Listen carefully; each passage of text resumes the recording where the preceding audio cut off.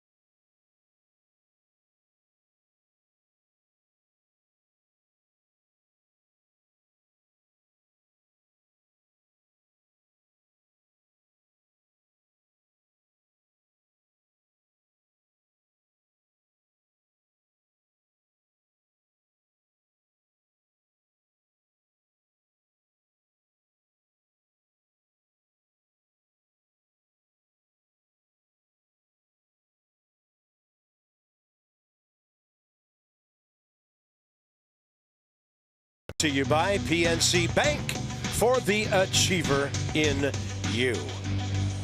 It's always a great day for a boat ride, but hey, us guys, we'd rather be at the ballpark And it was at the ballpark in Phoenix the last time Steven Strasburg pitched. The Nats and the Diamondbacks on Sunday, July 23rd, and FP started sensing something early in the game that was not right. He would only pitch 2 innings and go out there and throw 51. You could see him kind of fiddling with his arm, cupping his hand right there. I mean, he's doing all kinds of things. We were on it. We knew something was wrong. Didn't know what it was, but it turned out to be a right elbow nerve impingement. And he would say, see you later. So it's been almost a month since we've seen Steven. We're excited to see him tonight. Threw 51 pitches his last start, but check this out. He's been on the DL 9 times in his 8-year career and has 1 postseason start. That was in 2014. And the Nats have been to the postseason 3 times, and he's missed 2 of those opportunities. And it's all about getting Steven Strasburg back healthy on the mound tonight and having him ready for September into October. And if he's like any other Nats pitcher lately, he'll be getting some help from Michael A. Taylor. Whether it's home at a ballpark he knows very well with the glove or the arm, or on the road in a place where he doesn't get to play very often, he has been making some spectacular plays. Last night's as good as anything we've seen. He has an assist, couple of great catches. Taylor, Strasburg, and the Nats against the Padres.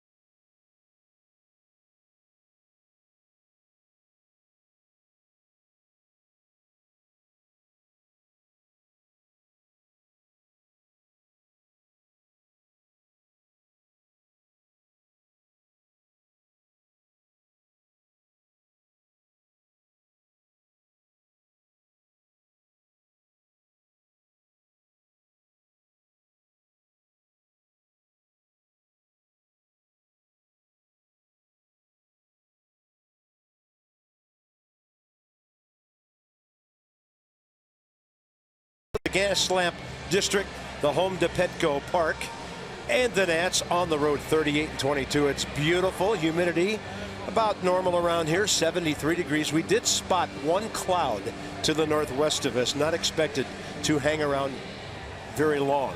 It is beautiful evening, and some game notes for you.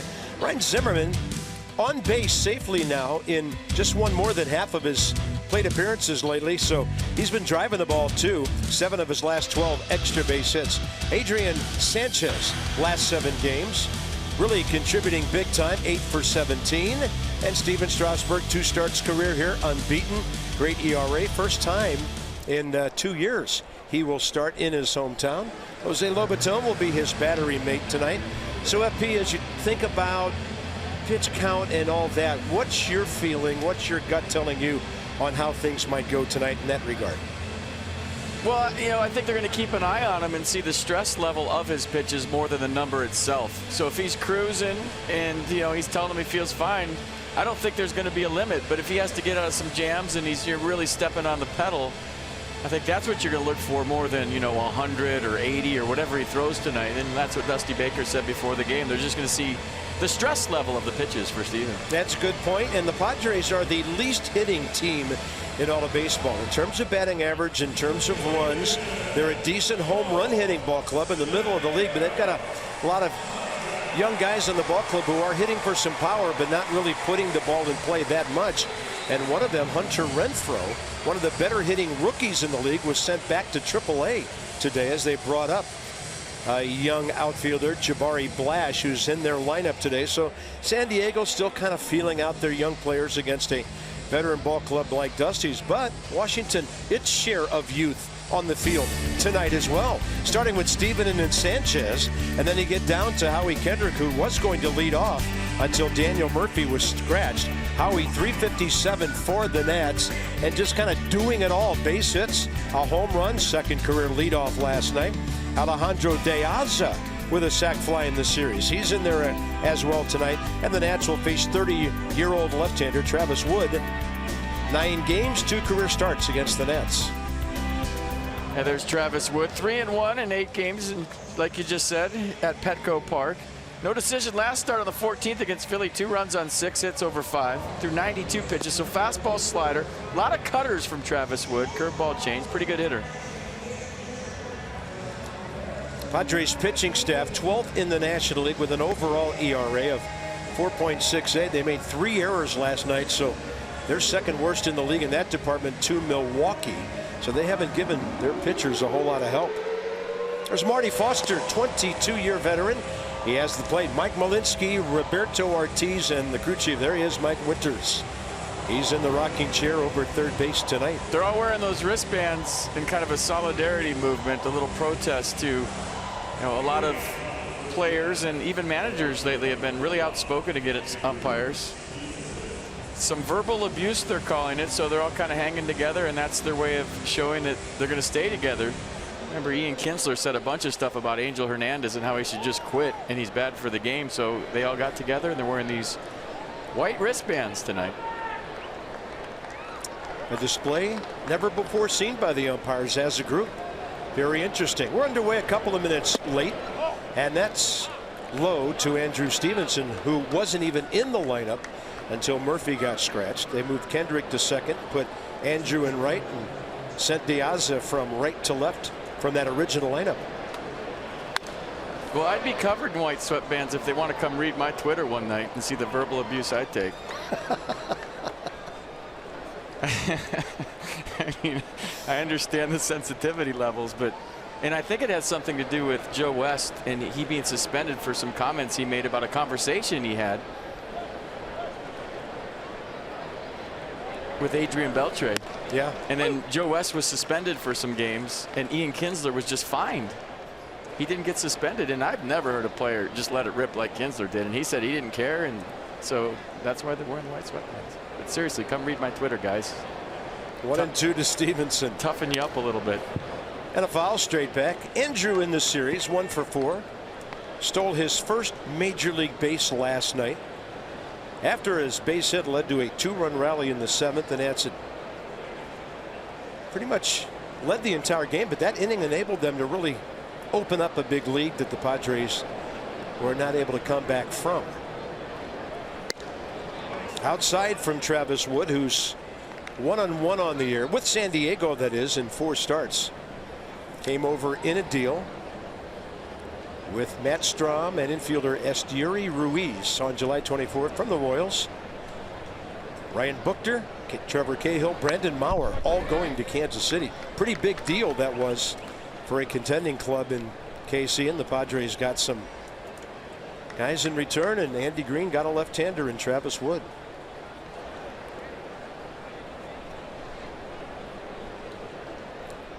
With Kansas City, he was 1-3 in 28 games, 3 starts. So long at bat for the first hitter of the game.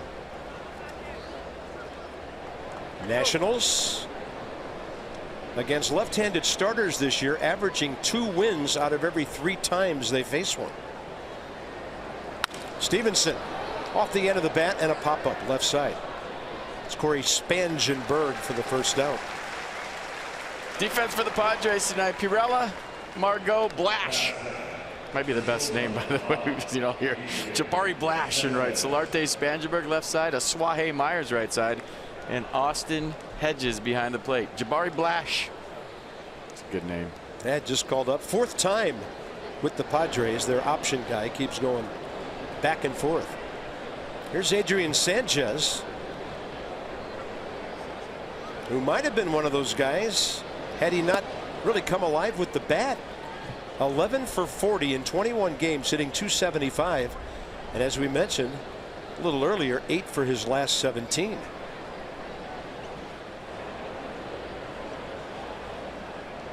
One-oh pitch, high in the air, out of play, right side. This ballpark's kind of unusual. It faces from home plate to center field straight north, so the sun is coming right in from the left field corner, kind of like it does at Coors Field.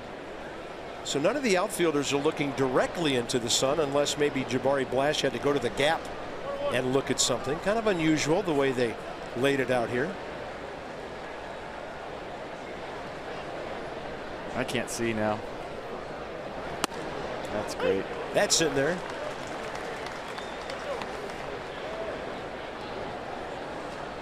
A lot of cutters from Travis Wood. You remember him with the Cubs as a starter. Guy can hit. That's what I remember most about Travis Wood. I don't know if that's a great thing or not, but he's a good hitter. 9 career homers. Yeah. High chopper foul. Nats start the night second to Colorado in batting average, .273. Rockies at .275. Nats first in the league thanks to Ryan Zimmerman and company. In runs, .642. At least starting today, and second to Milwaukee in homers.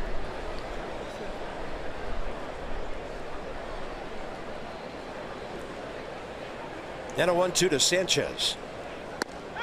It's going to get him. Ball with some running action. He walks around the catcher, walks around the umpire, and heads back to the third base dugout. Pretty good pitch here by Travis Wood, I think. Just buried that fastball in, and Adrian couldn't pull the trigger.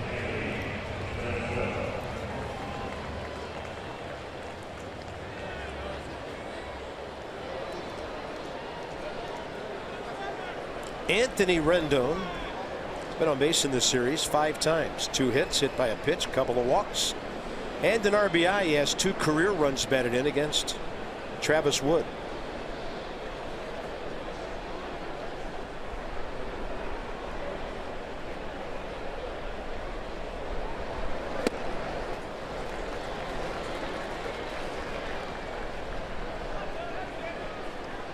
Hitters are in the shade, pitchers in the sun, batting eye in center field in the shade.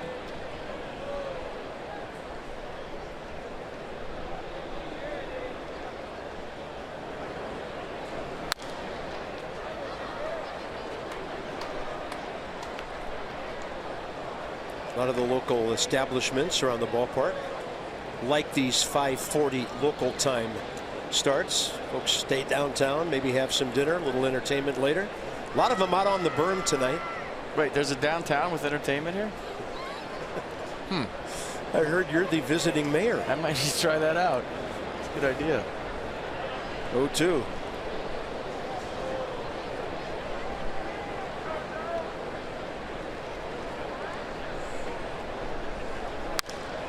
And Rendon with a good swing, a little bit late again. That one high in the air, down to the right field corner. So many analytics for everything. I would love to know, Anthony Rendon, how many 2-strike foul balls he has this year. I guarantee you it's at the top of the league. I've never seen a guy be able to wait so long and spoil borderline pitches. I'm trying to think of anybody that's even close, and nothing's coming to mind. Look at that. I mean, there's another one. I mean, that's a pitch that who knows what the umpire is going to do with it. He tips it, and now he's still fighting.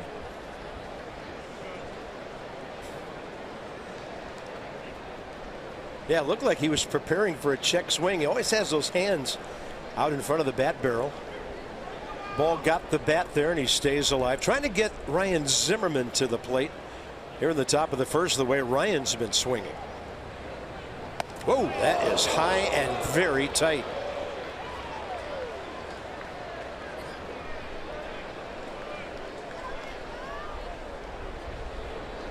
Did you hear everybody freak out?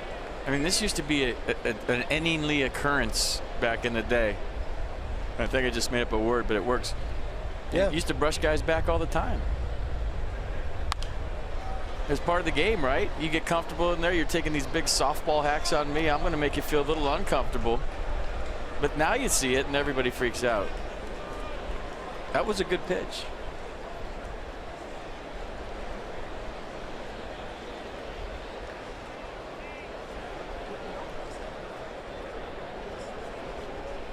I mean, that should be a word if it's not, and I'm taking credit for it. Inningly. Yeah, inningly. Yeah. Means it happens a lot. Yep. There's another foul. Yep. He's got probably 5 2-strike foul balls going right now. 20 pitches, and this could be a 1-2-3 inning. Lead.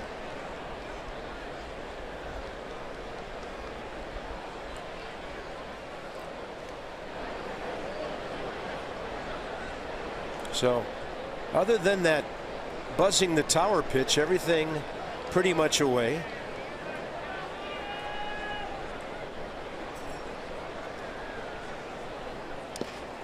Yeah, and in case you missed it, Dusty giving Daniel Murphy the day off because he just said, you know, he seen him kind of hobbling around a little bit, banged up. Yeah, he was in the original lineup today, and then a change was made about 2 hours ago. There's Murph. Yeah, he didn't look like he was moving around great the last couple games. So, hey, yeah. You don't have to be a hero in August. He wants to be out there. He wants to post, but it's better be healthy in October. Did have an RBI hit his last time up last night. Anthony Rendon is a big-time spoiler here in the top of the first inning. Inside the Numbers brought to you by Jeep. So there's the thing I was referring to. 2 out of every 3 by the Nats against left-handed starters. 16-8. Dodgers really tough on lefties. Interesting, they faced 40 of them. The Nats only 24, so a lot more lefties out here than there are in the East. It's going to be inside. This is turning into one impressive at bat. So you ask pitchers, you have a hitter that fouls off pitches like this, it'll drive you nuts out there. 11th pitch coming. 3-2. 12th pitch coming, and that's the 12th foul ball with 2 strikes, you feel like. Travis Wood will be pitching 1 inning tonight because he's going to hit his pitch count here in a second. Yeah, his inningly average is really going up. 5.57 ERA with San Diego in 4 starts. National League hitting .253 against him. Andrew Stevenson saw 8 pitches. Now, I mean, this is you end this with a base hit or something more. This could be your best at bat all year if you're Anthony Rendon. This is good stuff. Look at that. 13th pitch coming. Here we go.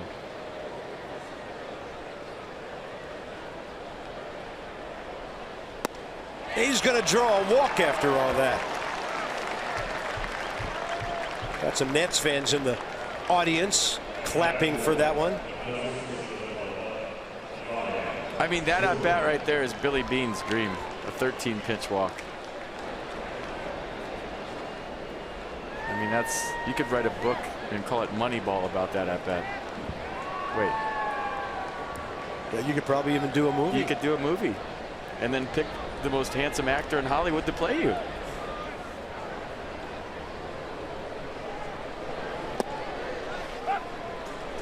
Ryan Zimmerman in the series, 2 for 4. The game-winning home run on Thursday, a walk. He came off the bench last night, played first base for 3 innings, and got himself a hit when he led off the ninth, and that led to another 2-run rally. So he's back in the top 10 of the league in extra base hits, batting average. He's now 4th in homers and top 7 in runs batted in. So he had kind of faded out of a few categories, and then over the last week or so has really come storming back. I feel like the way his swing's going right now and all of the stuff he does before pitches on time, it's a good matchup for him tonight right here. 3 for 7 with a homer against Wood career.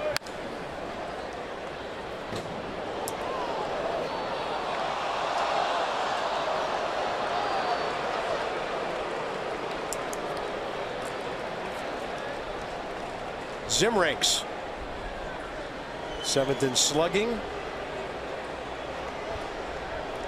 It's just so great to see him healthy and doing what we all knew and hoped he was capable of this year.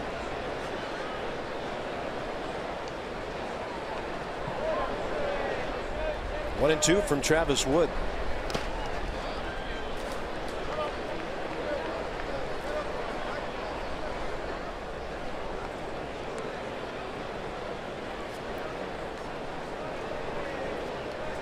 .30 pitches. One base runner, and only the 4th man of the inning is up.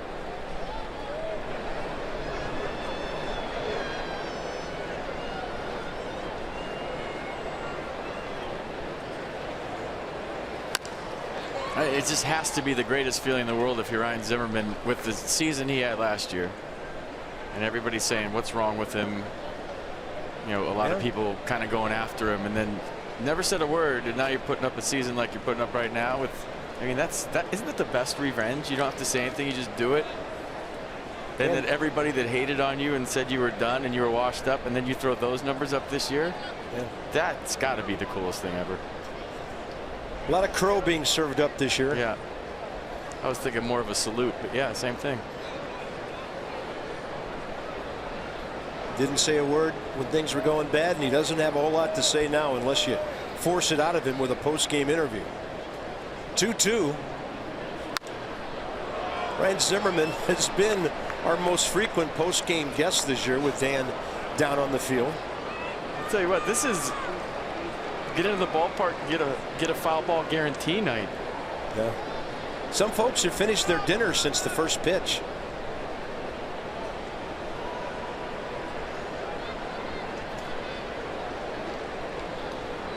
So this one's going at least 7. Fastball up.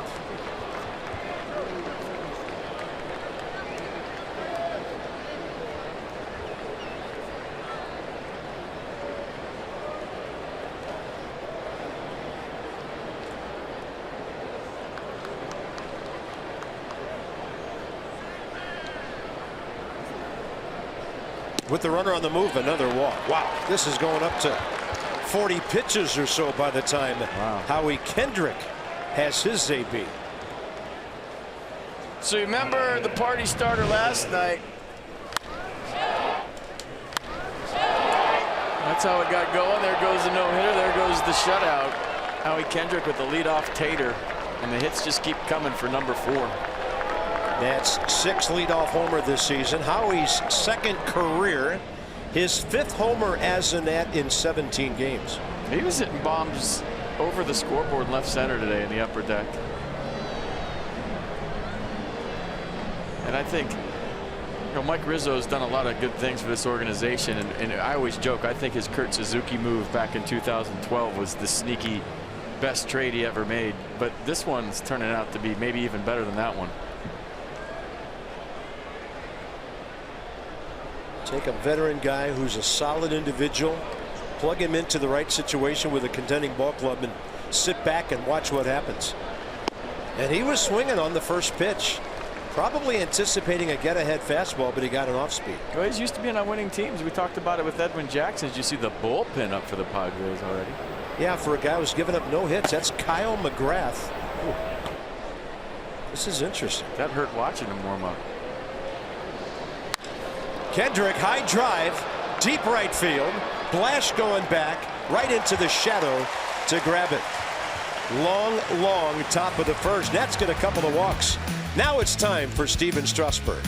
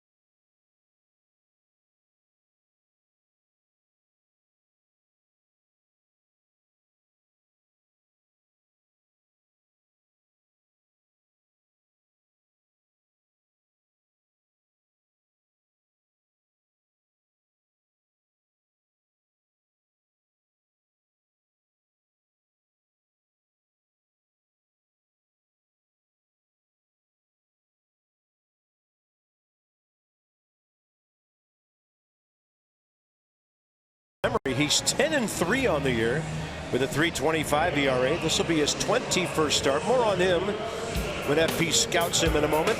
As we look at the Padres lineup, Carlos Asuaje, the young second baseman, 5-game hitting streak, 7 for 18. Batting average up to 291 in this series. He's 3 for 7 with a base on balls. 25 years of age from Venezuela. Steven Strasburg, 8th career start against San Diego. There's a big right-hander. He's back, folks. You're looking at him. Last start was on July 23rd at Arizona. He went 2 innings through just 51 pitches, shut it down. Right elbow nerve impingement was the issue. Had the rehab start in Potomac, did well, and here he is in his hometown pitching against the Padres. Welcome back, Steven Strasburg. Yeah, interesting. He's been out for a while, but he's 1 strikeout out of the top 10 in the league. And he still qualifies in the ERA and the opponent's batting average stat columns. And here's Manuel Margot facing him for the first time.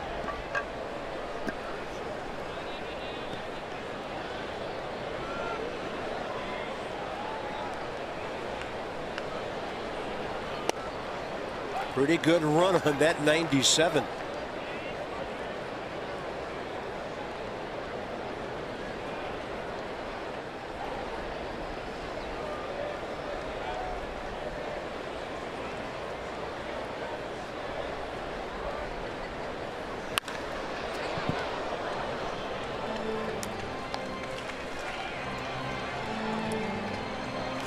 Defense for the Nats behind Steven tonight.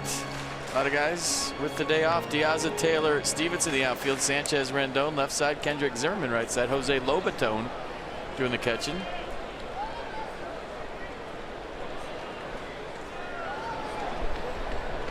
And a 1-2 to the first hitter. Fastball does well to take it the other way, and Stevenson does it again. This rookie and Michael A. Taylor are dazzling us in the outfield on a daily basis. Wow. That ball was hit hard. And when you're standing in the sun and you're fielding the ball in the shadows, it's tough to pick up off the bat. But look at the jump that Andrew got right here, just kind of laying out. You remember the game saver against the Marlins in left field. Very similar right there. This one to start the game in right field. How about the defense we've seen from the Nats' young outfielders here recently? Wow.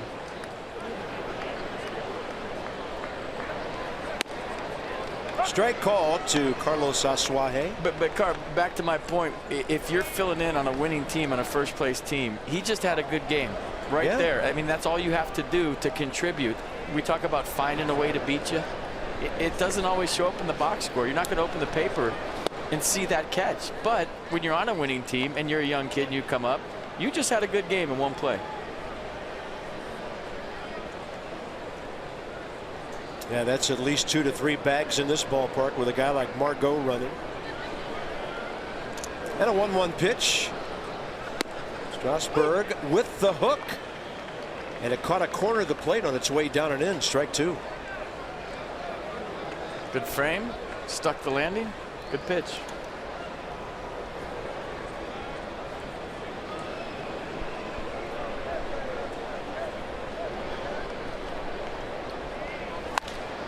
High in the air, left side, and playable. Foul ground, Anthony Rendon. See, Wilmer wouldn't let him catch that.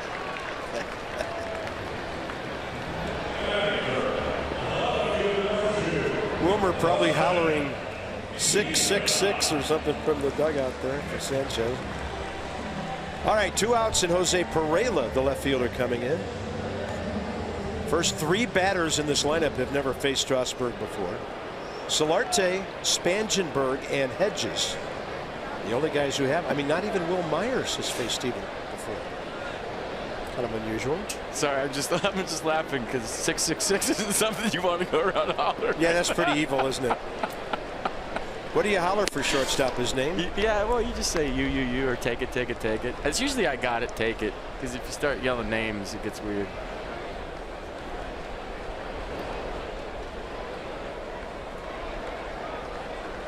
And usually the guy that yells it the loudest, the longest, gets it.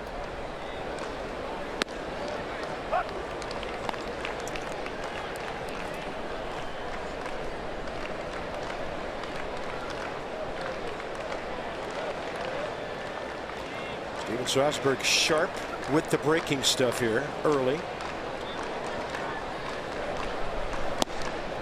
Velocity's good, 98. I'd imagine when you knock the rust off, command will be the last thing to come for Steven, and he was so good with the fastball, and I guess all of his pitches, throwing them for strikes and balls when he wanted to.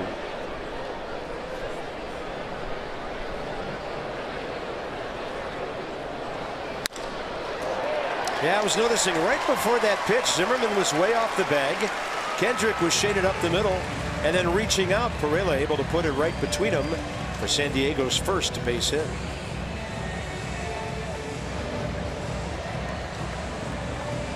Not a bad pitch, just a good swing.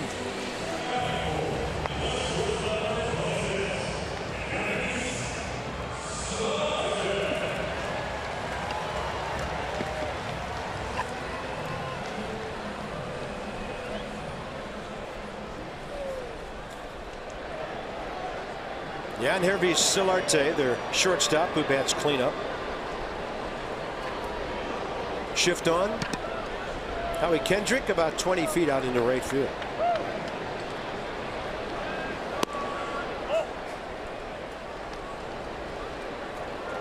Rendon out towards short. Outfield pretty straight away.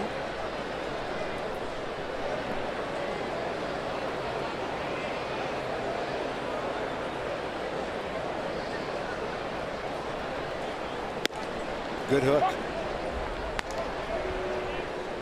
The opponent's hitting 143 on the Steven Strasburg curveball this year. 118 on his changeup. And 264 on his fastball. So that's up to 218 against all his pitches, and that's still 5th best of any pitcher's opponent's batting average in the National League. 1-1 with 2 outs. Challenge heater, 97. See, that's the one you got to get if you're Silarte, and he knows it. Now he's got a fastball with a lot of play that fouled it back, and now here comes either the turbo change or a hard curveball or maybe a higher fastball. But when you face the elite pitchers with plus stuff, that's the one you got to put in play. Easy to say, but it's true. They give you one to hit. Now it's going to get rough. It's a throw over. Yeah, Pereira, a very short lead. Strasburg stepped off and looked him back.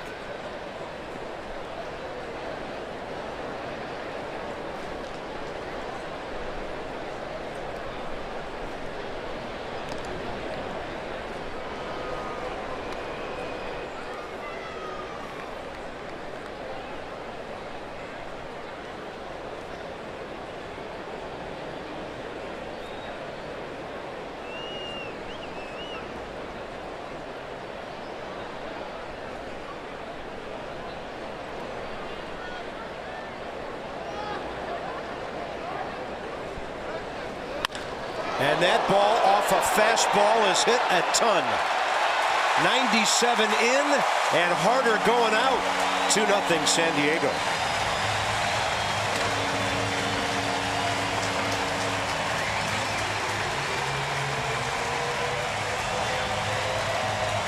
I thought for sure they were going to go curveball or change there, and they went with the fastball again. He geared up and got it.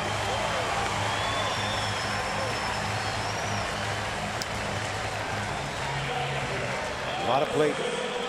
See, I think Lobaton wanted it up. You saw him kind of give that little glove sign of a high fastball, and like I said, command will be the last thing to come for Steven once he knocks off the rust. He wanted that fastball above the letters to climb the ladder, and he left it right in his turbo zone.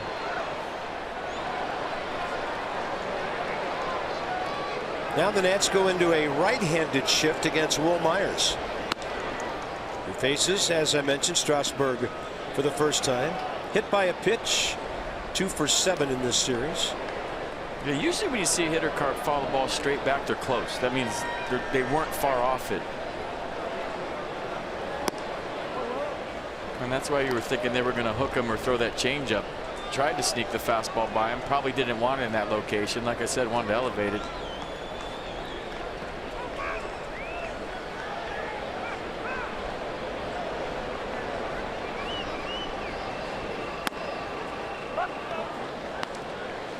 That was nasty. Talking about the curveball. Yeah, glad he didn't get one from his standpoint.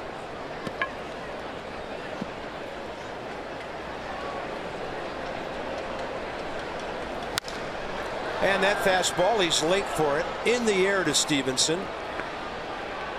Made a spectacular play for the first out. Routine for that one, although some sun was in his eyes. And it's 2 for the Padres, first inning.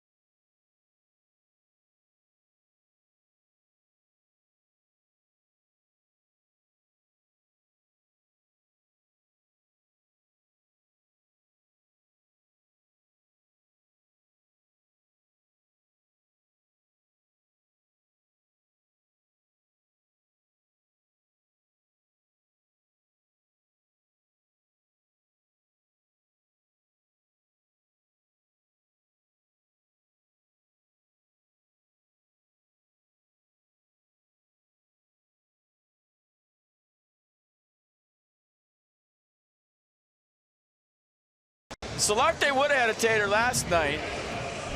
He missed one foul, but this is his first effort. So Jan Hervis meets Michael A. Taylor. Watch the guy right over the 9.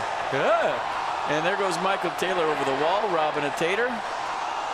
So Michael A. Taylor robbing a tater.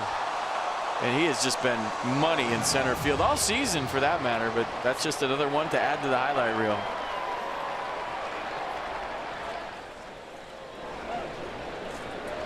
He leads off, top 2. That's off the end of the bat. Short right center. Margot for the first out. Bring the whole family to Nationals Park. It's the new and improved Family Fun Day every Sunday. Arrive early for the all-new inflatable T-ball game, chalk walk station, and more. Plus, you save up to 36% with a Nationals Family Fun Pack presented by Harris Teeter. Visit nationals.com.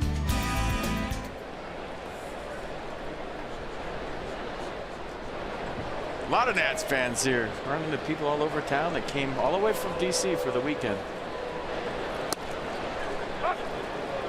Alejandro Diaz. And some other fans that used to live in D.C. and now moved out to the West Coast and still watch their Nats every night.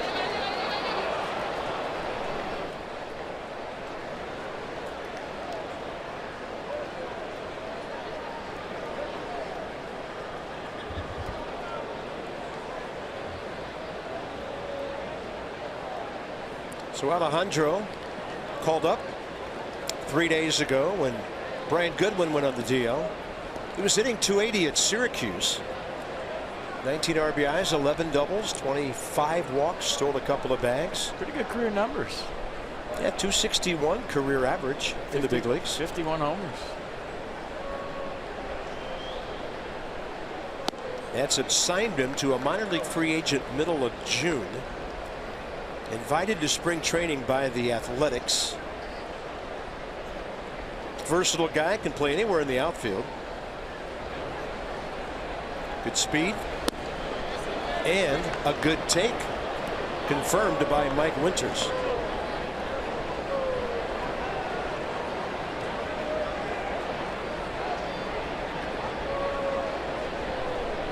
Doesn't present a very big strike zone, does it?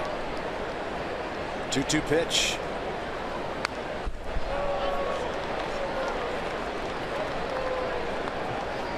So we were having dinner tonight wondering how they came up with who wears the sweatbands, and I'm looking at Robert Ortiz. He didn't have one on.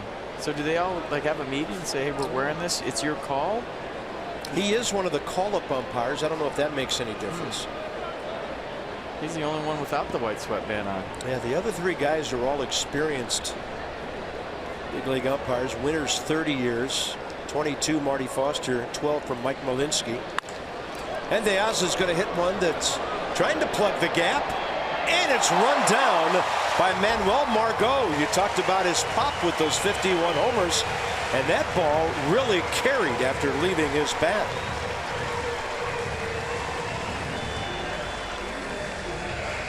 Well, that's a nice play by Manuel Margot. Watch him just outrun the baseball. It's tailing away from him. So you see the pop in his bat. He's got a quick swing. Now you see the range in center field. It looks like the Padres got a good one in this guy.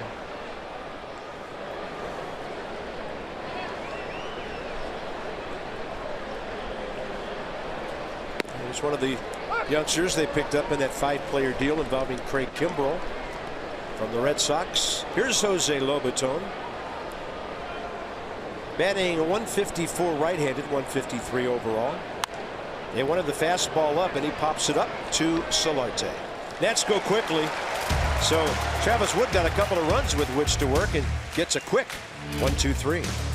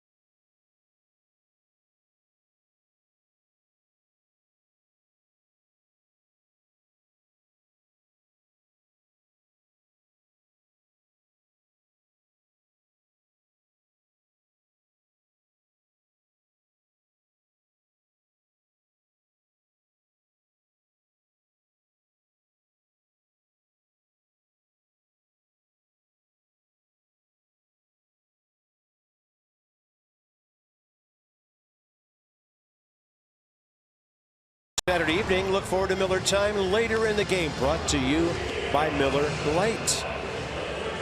Mike Mannix has watched his pitching staff do remarkable things. Recently, Jeep tells us about it. Team ERA is down to 3.94, fourth best in the league.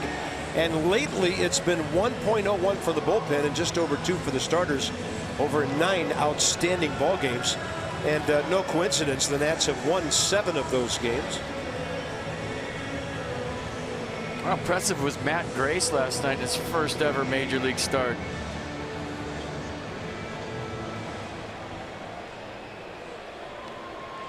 It's good to see that staff ERA with the first number of 3. It's been 4 pretty much all year since that crazy blowout loss at Philadelphia. So here's Corey Spangenberg, bottom of the second. Strasburg's curveball is in there. He's 0 for 8 career against Steven with a walk and 6 Ks. As I mentioned, only 3 Padres have faced Strasburg before tonight.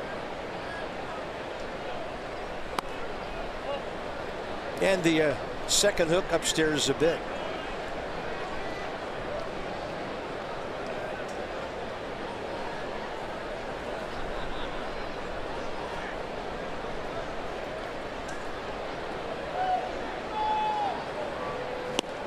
Look at that changeup.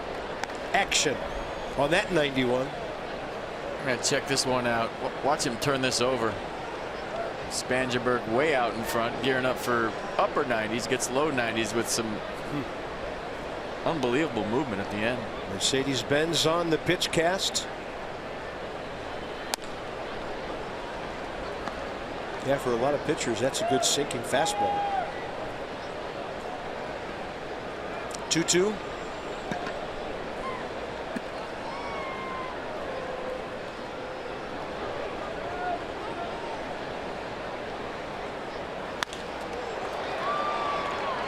Kendrick there. Howie at second base tonight.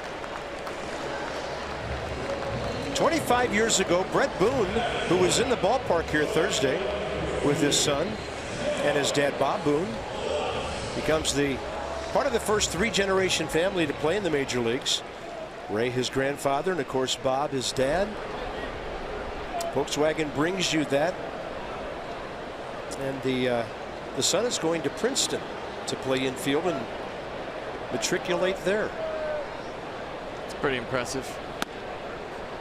I could have done that, but my dad was no good and my son was no good either. So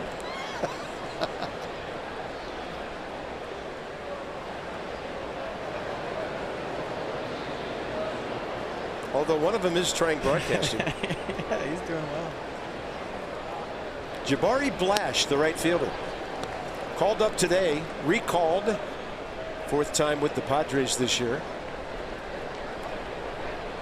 and in 76 at bats, 17 hits, 3 homers, 11 RBIs. He's a big kid, 6'5", 234 from St. Thomas of the U.S. Virgin Islands, and when he connects, they go. It's the connect part that's been a problem.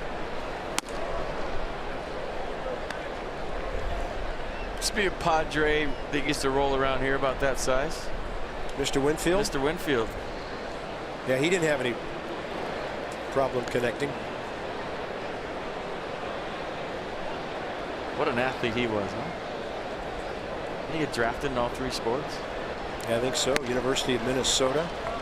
That's a changeup dropped by Lobaton, but hitter walking away, and Steven Strasburg has his first K of the night. Nasty pitch right here. Watch him just turn over the chain. Got a really good feel for that all of a sudden. Off the fingertips, mid-range jumper, as Max calls it. Nice pitch. Next up is the catcher, Austin Hedges. It's a good look. I like that. That's old school.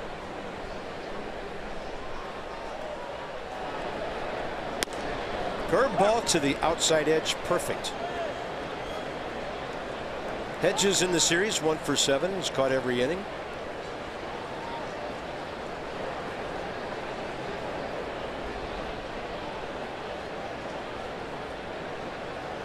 There was some seats when we were at Wrigley that I went and sat in during batting practice with the pole, the pillar right in front of you. And I'm thinking, how much did this seat go for the World Series?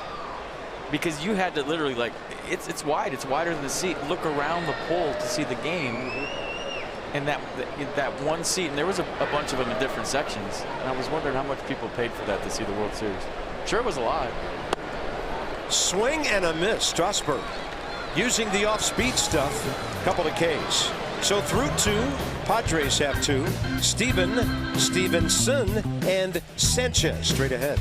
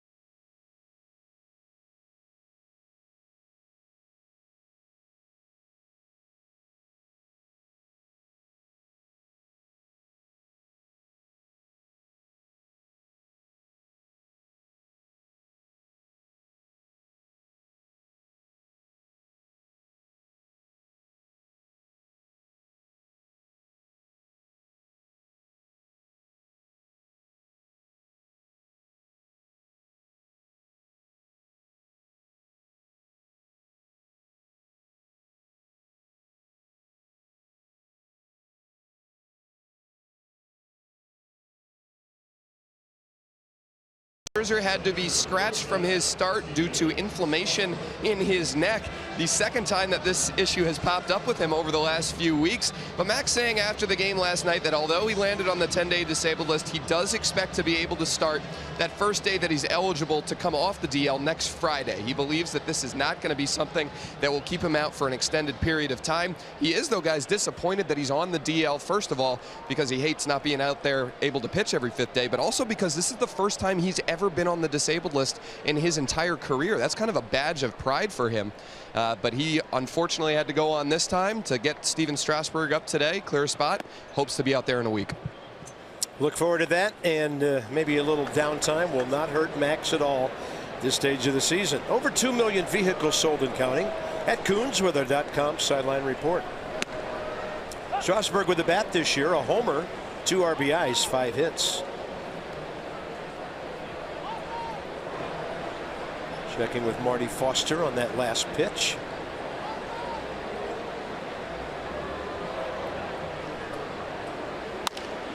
This one out to the shortstop, Solarte.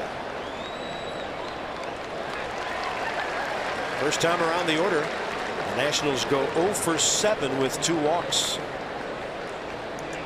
Stevenson and Sanchez now here in beautiful San Diego. Check out young Andrew taking his time for the veteran Steven Strasburg. I like it. Nicely done. That's a veteran move from a rookie. Stayed in the on-deck circle for a while. Let his starter get back to the dugout. Now he's strolling up slowly. He gets it. Got that line drive to start the bottom of the first. Popped up to third his first time up on the 8th pitch of that at bat.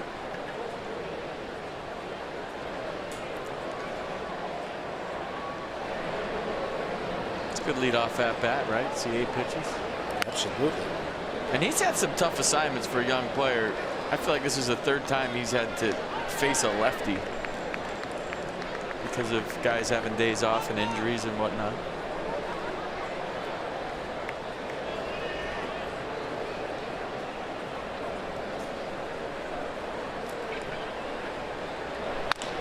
Tepper and Wood keeps it from getting by the mound. 2 down. Seniors can stroll the bases Wednesday, August 30th. After the Nats play the Marlins, that's a 4:05 game. Fans 60 and over enjoy discounted tickets, a concession credit, and the opportunity to take a stroll on the bases. For info and tickets, nationals.com/special ticket.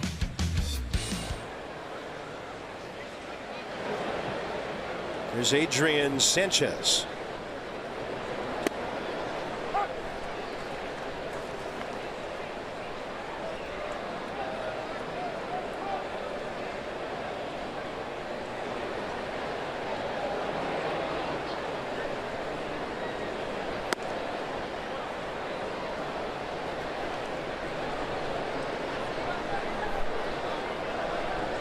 Got a fastball right under his hands on the inside edge. That struck him out first time.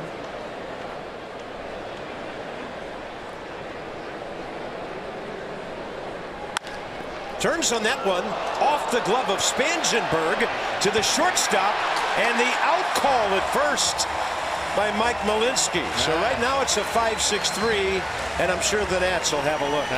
Nobody's running off the field for the Padres. I thought Adrian beat it from where we're sitting. Chris Spires on the horn, and all the Padres looking into the Nats dugout, and that'll tell you they're not sure either. So yeah, off of Spangenberg's glove, Solarte slinging it from his heels, and a nice pick by Will Meyer. I think he's safe.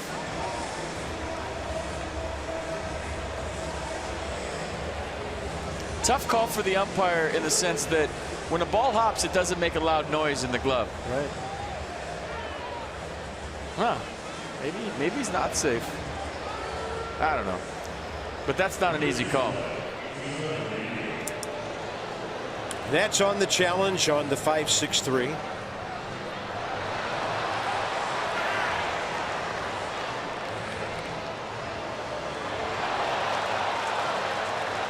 I mean, it almost looks like one of those proverbial ties, but Is it enough to overturn the call? Indisputable. I can't see where the middle portion of the heel of his cleat is from that shot. It disappears. So if it's not enough to show me where his foot is hitting the base, I can't tell.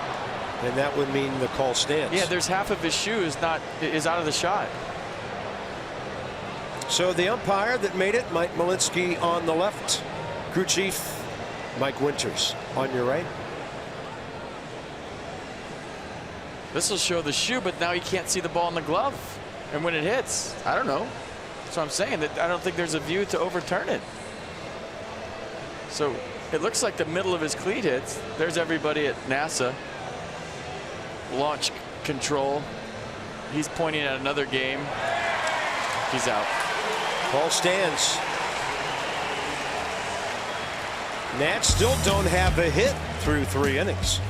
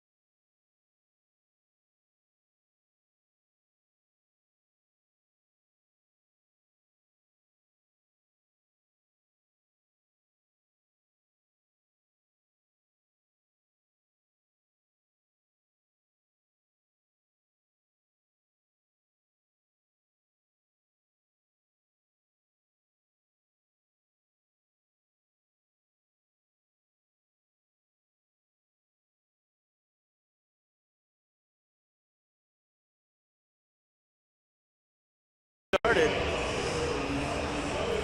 And there's a little field just to the left of the batting eye on left center. And I tell you what, it's manicured. It's Bermuda grass. I walked by it the other day.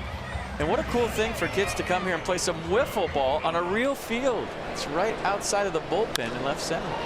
Strasburg, first pitch, bottom of the 3rd, and Travis Wood to DeAza.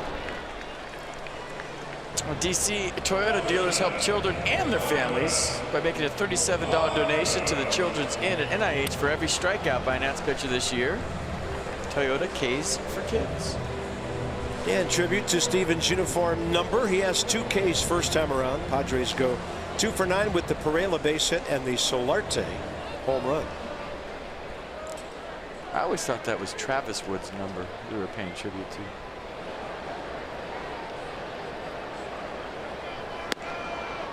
He's 37. Giving up 5 homers since he's been a Padre. Right now, the Nats will be happy with a couple of knocks. Margot robbed by Andrew Stevenson first time on a drive tailing toward the right field corner. Strasburg tails that fastball inside. I mean, obviously you want Steven to have a good game. We talked about it at the outset tonight. Just come out of this good. Come out of this healthy. The velocity's there. The off speed is there. I'm not seeing any red flags at all. I mean, he threw a fastball to a pretty good fastball hitter, got hit out of the park. That's going to happen. So not a big deal at all. And you're liking what you're seeing. Yeah, and the command of the secondary pitch is very impressive. Right from his first few offerings. You're liking what you're seeing because you're seeing him on the mound, and you want to see him on the mound again and again, and more importantly in October. That's all that matters. You know, he wants to go out and win a game and for his numbers and all that, but come out of this healthy. It's all that matters.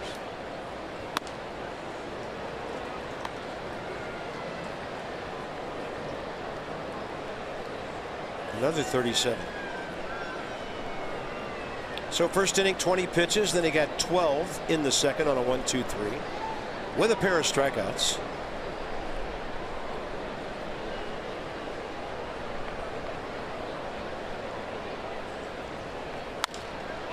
Jammed him into a pop-up to Kendrick.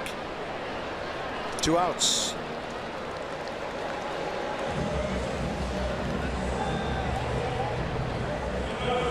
Next up is Carlos Asuaje.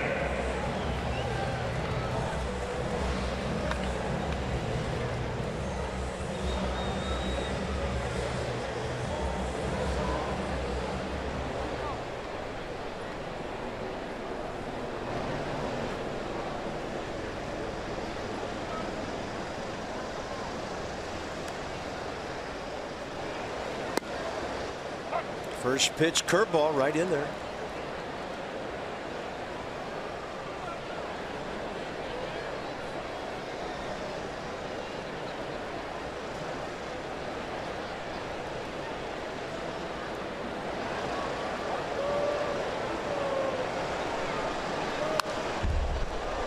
Probably made that heater look 100 plus. So 0-2. Folks still coming in. Ball game started at 5:42, and almost an hour later, they're still arriving. See Roy Hobbs' girlfriend right there with her hat on. Did you see her? Looked like an angel with the sun behind her.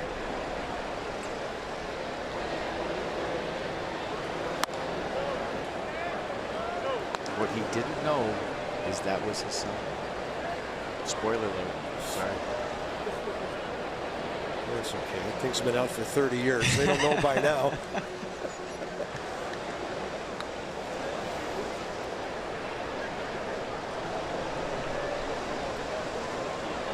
1-2 pitch.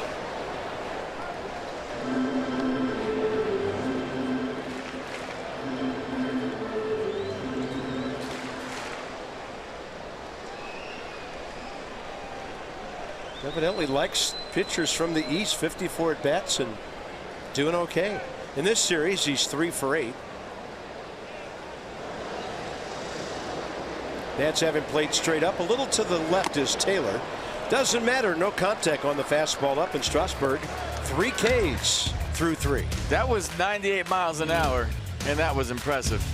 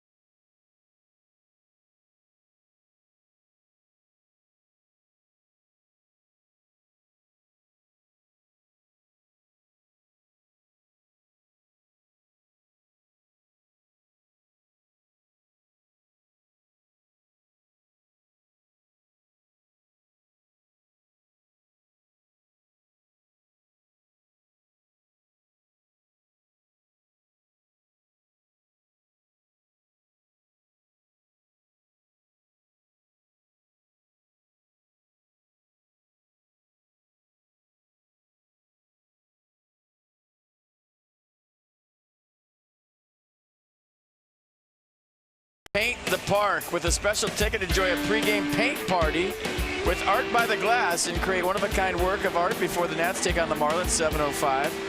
Maybe you could make a big display for left center field like they have at Marlins Park. To purchase your Paint the Park ticket, visit nationals.com/special ticket. Did you see the city said they can't remove the artwork and it's got to stay at Marlins Park? So Pinocchio dolphins are no longer an endangered species. We'll document that the next time we go down there. Next road trip, actually. Some guys like California for hitting, don't they? Rendon, Zimmerman, and Kendrick against the Dodgers, the Giants, the A's, and the Padres this year, and the Angels. We've seen them all. Rendon first pitch swinging. And the ball popped up right side of the infield for Asuaje. That's 8 in a row for Travis Wood. Steven Strasburg has retired his last 7. So check the building out. Western Metal Supply Company. It was built in 1909. And you see the corner where the foul pole is? That's actually how they sited the ballpark. They built from that corner of the building and worked backwards to the tip of home plate to create the X dimension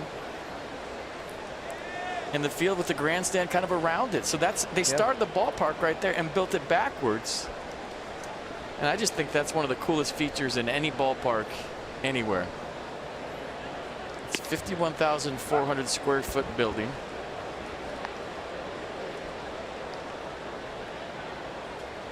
I think it's ingenious because if the ball hits the building and deflects to the left, you know it's foul. Yeah. If it goes to the right or comes straight back, you know it's fair because the line is right on the edge. And it's for an old building, ingenious in its design. So cool how it's integrated into the ballpark.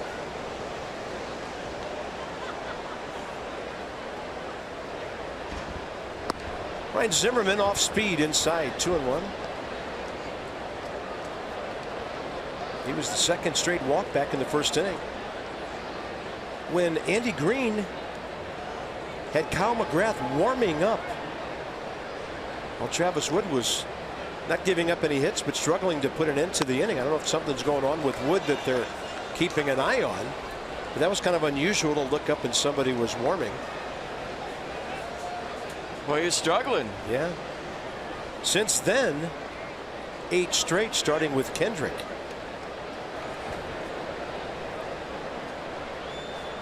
Look at the pitch count disparity there. Zimmerman high in the air. Out to center for Margot.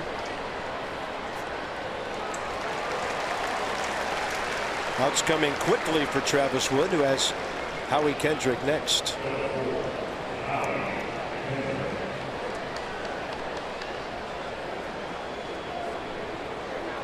Washington, D.C. Lexus dealers donate $250 to the Children's National Health System for the first 200 home runs hit by the Nats this season. Lexus, experience amazing.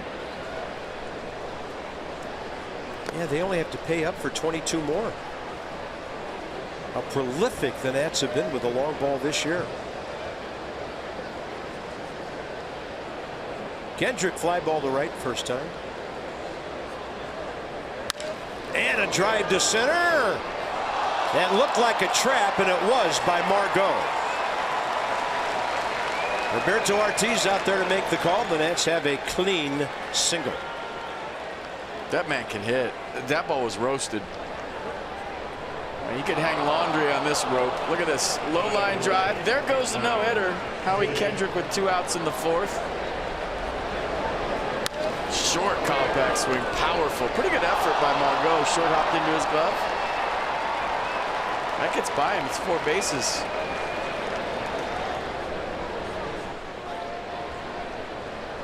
Here's Taylor.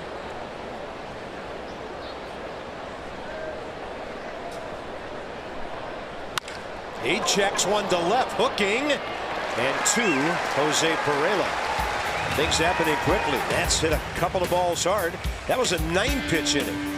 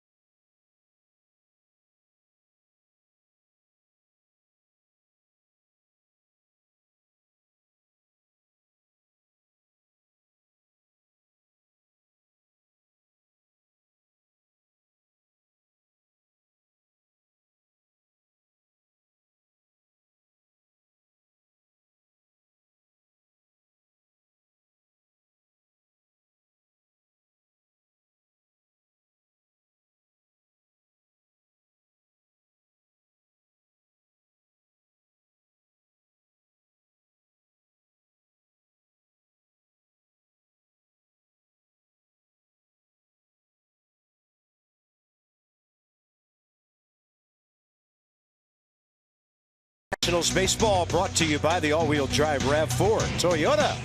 What drives you? Visit buyatoyota.com for great deals. We lost Jerry Coleman 3 years ago at the age of 89. He won the Distinguished Flying Cross, several awards and medals for his pilot work in World War II and the Korean conflict. Longtime big league ball player with the Yankees, other teams, Yankee and Padre broadcaster. There we are. Our broadcast center named after Jerry here. What a guy. I mean, to the last year he was alive, just funny, gregarious, sharp as a tack.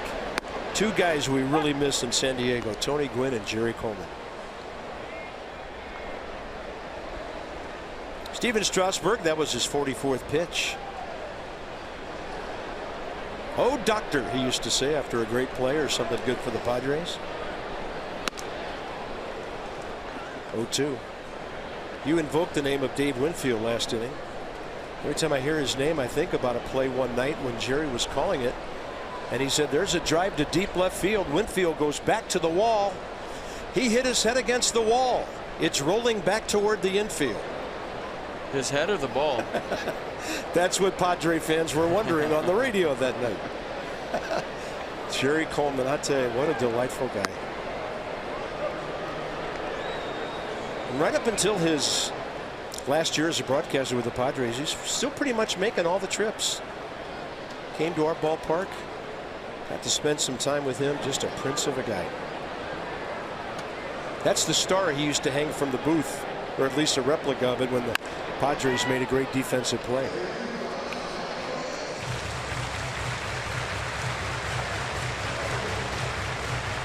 So Steven Strasburg, 7 consecutive hitters since the Solarte home run.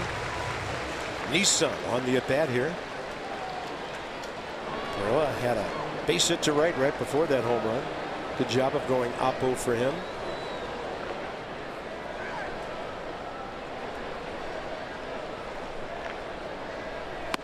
Swing and a miss. 4 Ks for Strasburg. He's now struck out 4 of the last 6 Padres. Starting to get in that rhythm, and I'm sure he felt a little rusty out there at the outset. First inning, they jumped him for a couple, but we know that once he gets into a groove, into a rhythm, like a train, man, he's hard to stop. And right now, he's getting into that rhythm.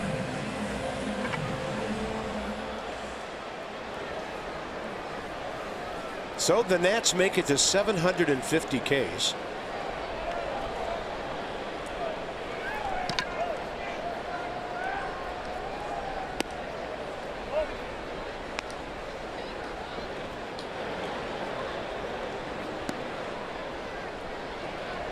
Shift on for Solarte, who hit a screaming line drive out of here for his 13th home run 3 innings ago.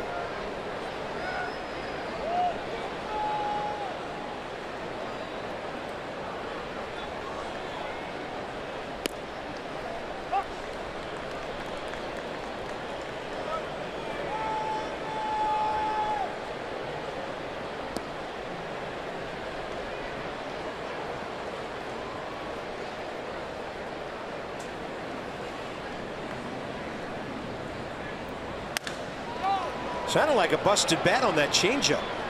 Got around it. Zimmerman to Strasburg. 2 down. When you have insight, you know how to handle your finances with confidence. Brought to you by PNC Bank, for the achiever in you. So Matt Skoll back from the DL, and 3 for 4 night last night. 3 extra base hits, drove in 3, scored a couple. Brought to you by PNC.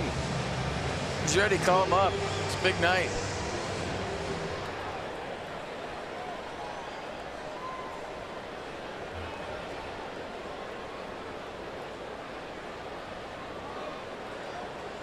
And Matt Skoll's a battler. 7th year in the minor leagues. Nats drafted him in the 5th round back in 09.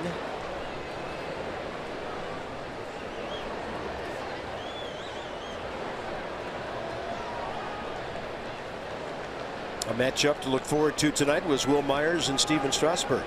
Fly ball to right first time, and the big curve has him pulling off that one.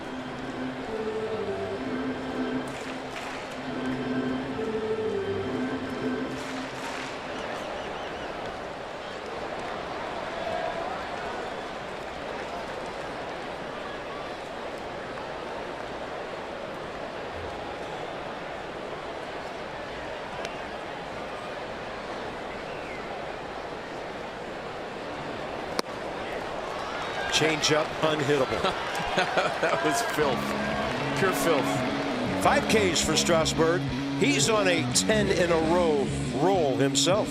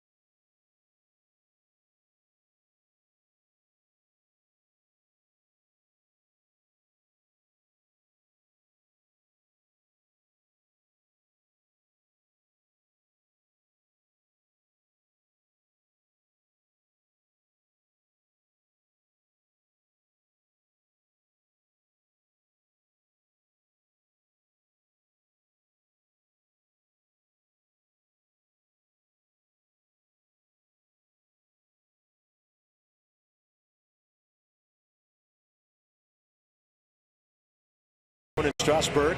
Nats have a base hit, couple of walks tonight, and so on the year 409 for a total of over $20,000 because Blue Cross Blue Shield, Care First Blue Cross Blue Shield contributes $50 to Girls on the Run DC for every Nats walk.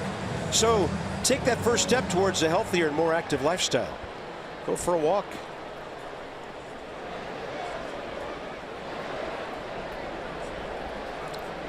Alejandro De Aza drove a ball to the gap in left center first time up that Manuel Margot ran down to keep him from a double or more.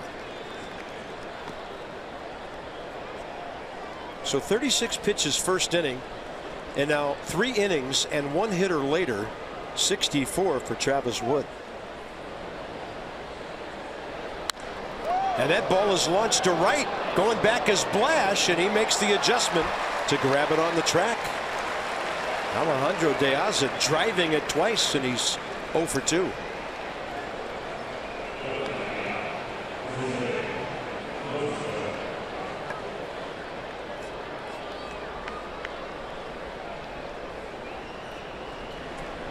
Lobaton is next.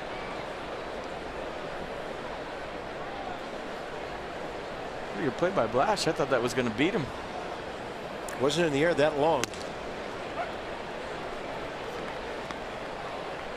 His last name is like a sound effect on Batman and Robin when they used to get into fights. Following a pow. Yeah. Blash. 0-2.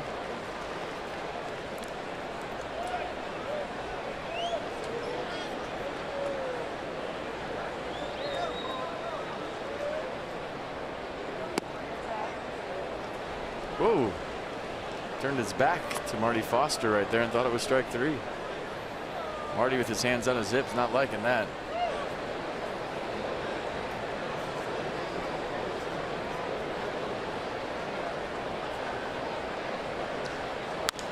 Lobaton down the right field line, well placed. And a chance for Steven Strasburg to get a runner into scoring position. Second Washington hit. So this would be if it was Batman and Robin, we put doink on this one. Because Blash couldn't catch it. And Jose Lobaton will take it. Jose Lobaton, not that many singles this year. It's his 18th hit of the year, and 11 are singles. A bunch of extra base hits. Look at that ball check up. Whoa, off the bag, safe. Good hustle by the big fella. And we talked about this early in the series. Sometimes when pitchers throw it easy around the bases, bad things happen. Well, good hustle by Strasburg. He could just cashed it in here. I mean, he wasn't flying, but he gave it a good effort. Look at this. I mean, that's good enough. If he just kind of peels off like you see pitchers do, or just give it the half stride down there, he doesn't beat this. So give Steven credit. That's why you run hard. That's why you respect 90 feet. Always. You never know, even at the highest level, if that's going to happen. They've given an error to Travis Wood. They still have to give Strasburg a sack, don't they? We'll see how they score that. Should be a sacrifice and an error.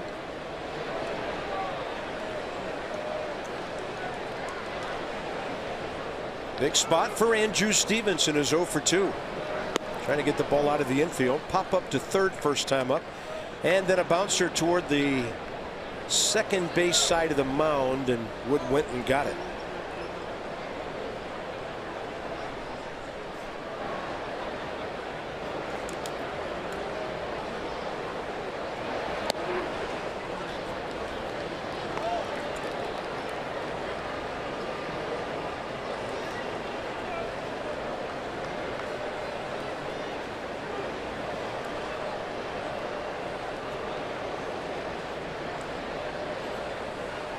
Two-one. Healthy Hack.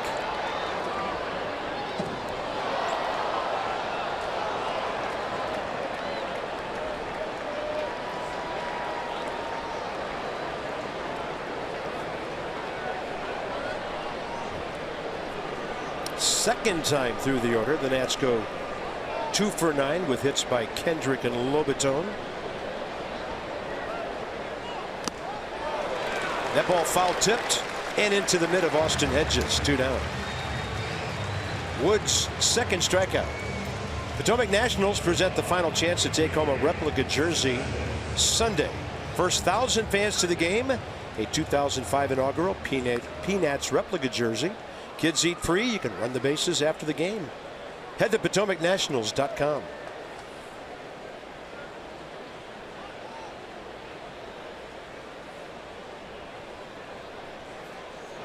Now Sanchez, and he's going to jack one to left. That is off the base of the wall. Lobaton in to score. Strasburg to third, and the Nats are on the board. Adrian Sanchez now 9 for his last 20. He got some thunder in his bat. I was standing behind the cage today while he was taking batting practice. The ball really just jumps off his bat, and there's a good example. So a big 2-out knock gets the Nats on the board, makes it a 2-1 ball game. Strasburg to third, Sanchez to second. Now Anthony Rendon has a chance to give his team the lead. Nice swing. Kind of interesting how this inning went after Travis Wood questioned the ball call on the Lobaton at bat. Jose dropped one in. Strasburg sacrifice. Wood threw wide. 2 outs, a base hit by Sanchez. Rendon 0 for 1 with a walk, and that's inside.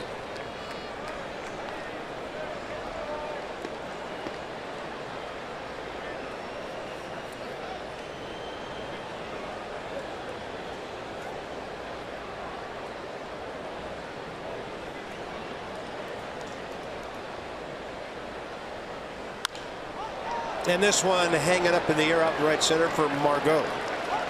Nationals cut the deficit in half. Sanchez, third big league RBI.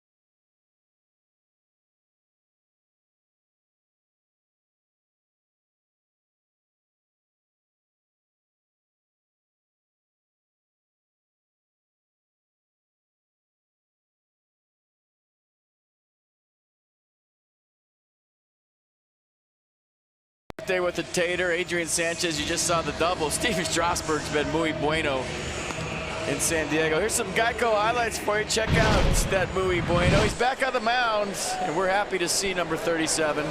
Always are. That's really the only mistake he made, maybe pitch and location. Solarte made him pay, but other than that, he's just been filth. The changeup especially.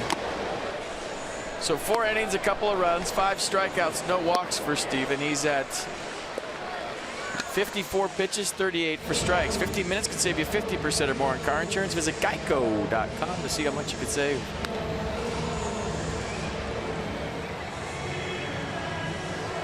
So 54 pitches. Has there been high stress? I haven't seen any. I mean, he gave up a home run. That's not very, he didn't have to work out of a jam. Only been off the stretch for one batter, Solarte, who hit the home run. Well, he's off the stretch always. But well, you know what I mean. Traffic on the bases.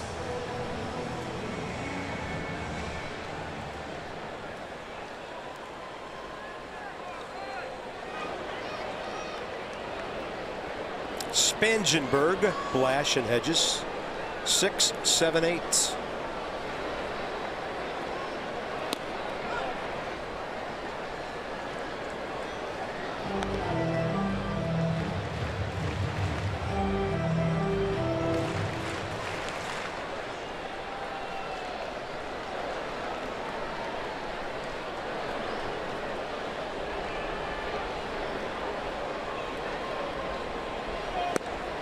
But changeup. Good luck. I mean, if he threw all changeups the rest of this game, they might not make contact. And if they did, it'd be weak contact. Well, I got to ask you this as a former hitter.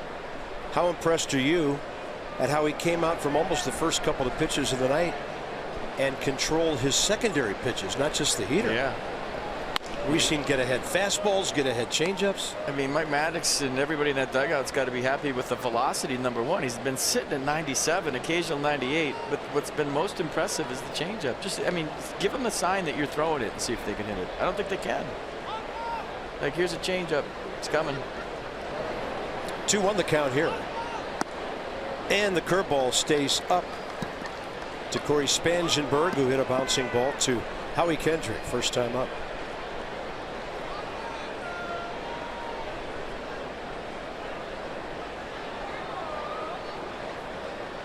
First time he's gone to 3 balls in any hitter.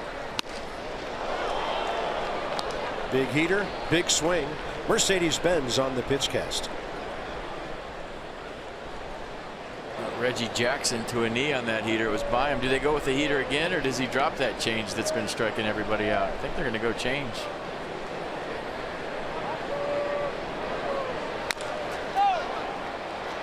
Near the line, Strasburg a little indecisive for a moment about picking it up, and then it ends up in between him and Zimmerman. I think he thinks there's an out there. Is he just pointing to the dugout for a challenge? But they don't have a challenge.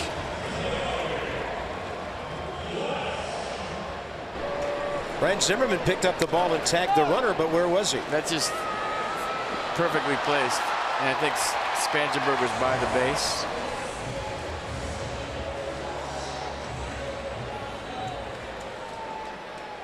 I don't think anybody did anything wrong there. That's just one of those deals.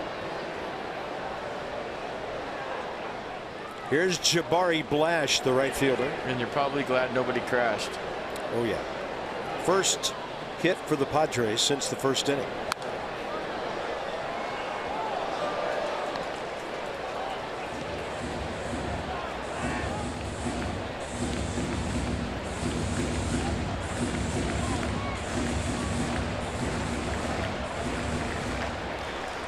See him kind of nodding to himself, frustrated he didn't get that out. He made a great pitch, and that's got to be frustrating for a pitcher to make your pitch get weak contact and the guy reaches.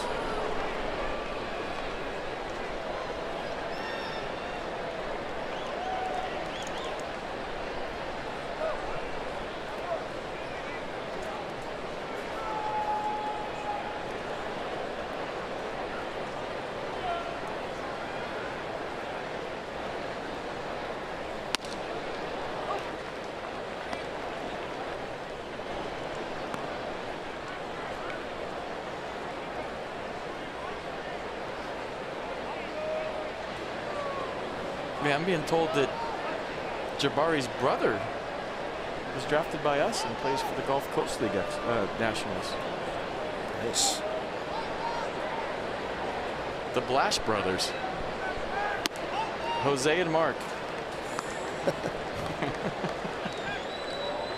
Well, we got Blash and Bash in the ballpark tonight. If that's the case. There's a Bash brother in the first base dugout and a Blash brother that plays for the Nats in rookie ball.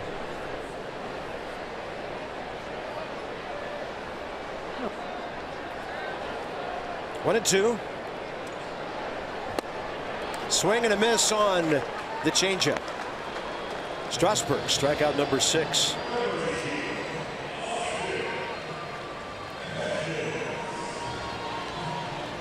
Nasty. This one really mimicked the fastball. Didn't have that downward split action to it.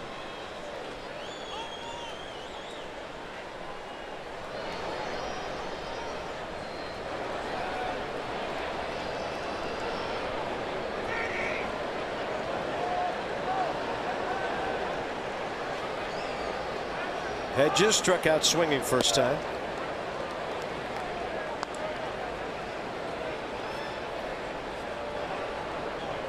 Travis Wood has really turned his night around. Nets got to him though for a couple of hits in the 5th. Craig Stammen, who's been impressive for the Padres.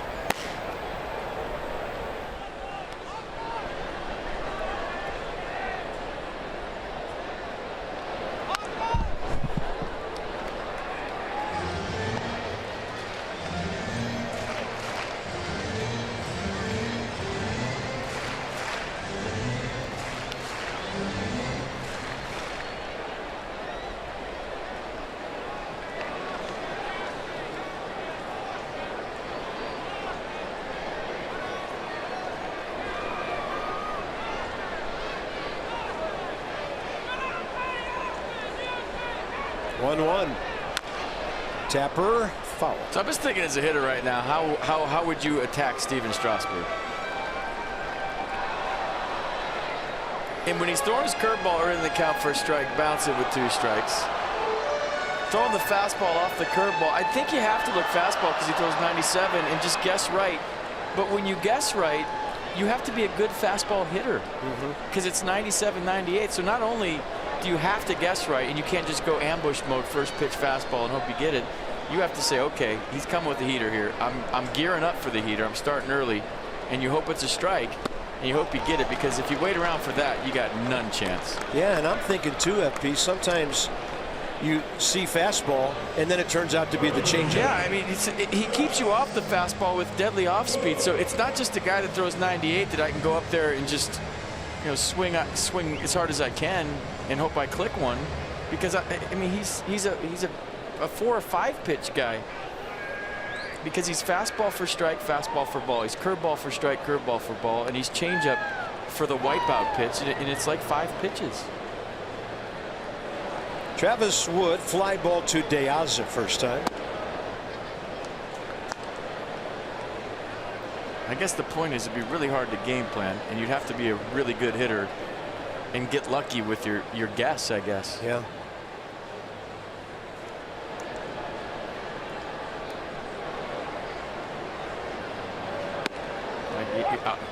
I'm sitting fastball right there.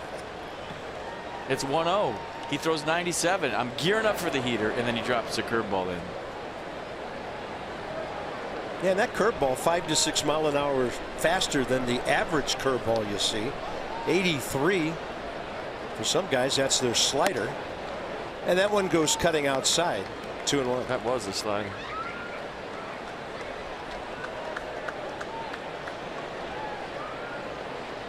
Looking very composed, very relaxed tonight. Good night on which to pitch. You can get loose, but it's not DC-like or East Coast-like hot at this time of the year. You're pulling out the slider now. You'd be relaxed too if you threw 100 with a nasty curveball, a wipeout changeup, and then, oh, in the 5th, I'm going to break out a slider. 14 2-strike counts tonight to 18 hitters. Is that good? It's very impressive.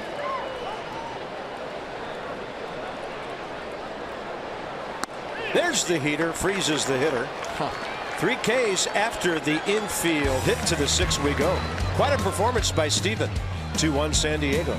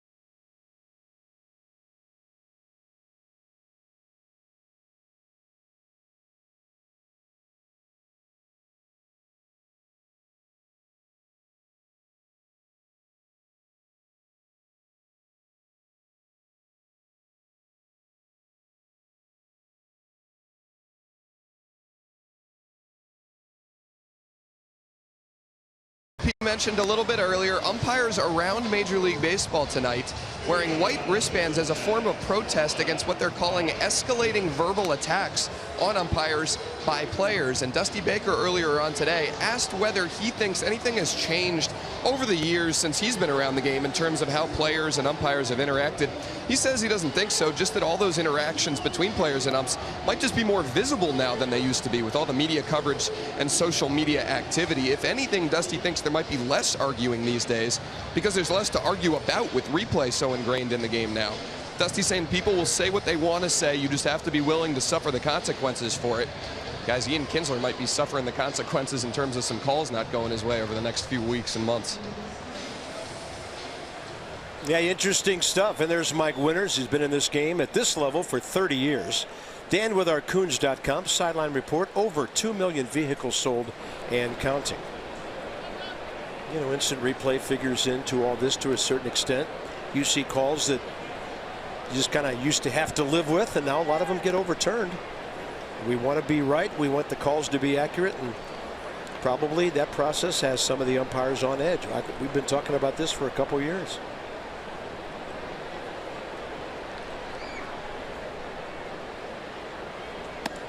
So in a one-run game, Zimmerman, Kendrick, Taylor, top 6. Travis Wood at 80 pitches. Strasburg's at 73 through his 5 innings. I'm just reading on this, and Brad Osmus said that to single out one player as a union is completely uncalled for. Kinsler's not backing down. He said, I hope they wear white wristbands for the remainder of their careers. I don't care.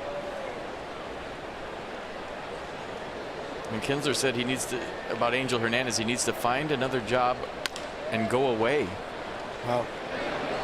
Zimmerman trying to leg out a hit, and Spangenberg, who we just saw chatting with Mike Winters, makes a very good play to throw him out.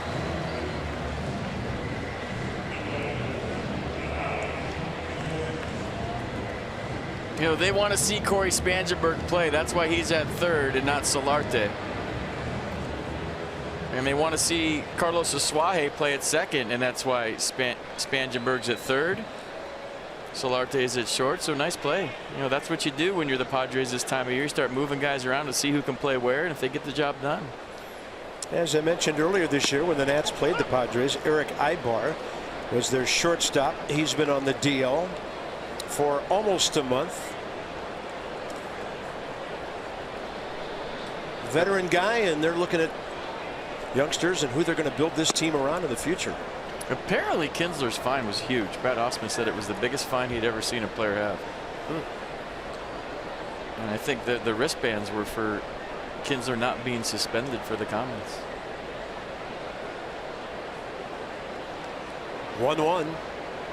Kendrick to the right side. Will Myers backhand play. Hits his pitcher on the run. 2 down. Nats box. 2 walks in the first. 36 pitches by Travis Wood. We thought he was in trouble.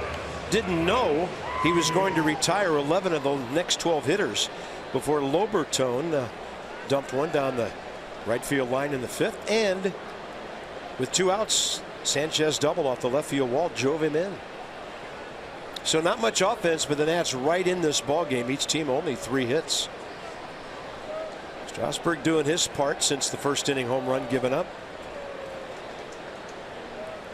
Michael A. Taylor lined out hard to left his last time up. Hits a towering fly ball out to right center. Jabari Blash. And this one is going to the bottom of the 6th. 2-1.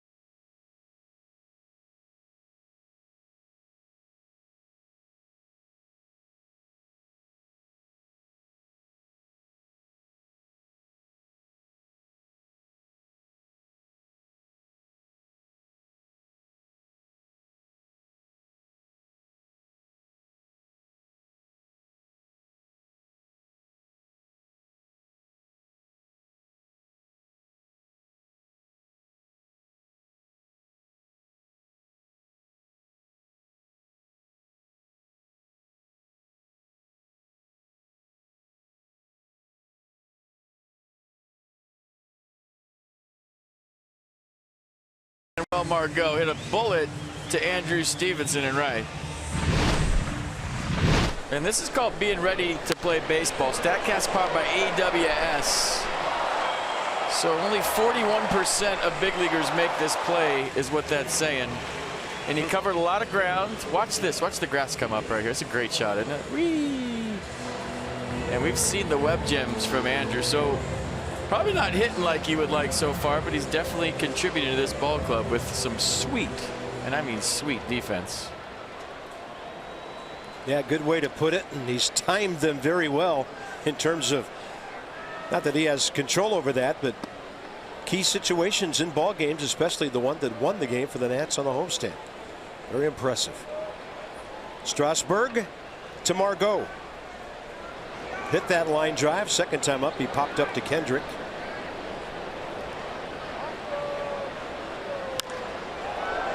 That ball to the upper deck.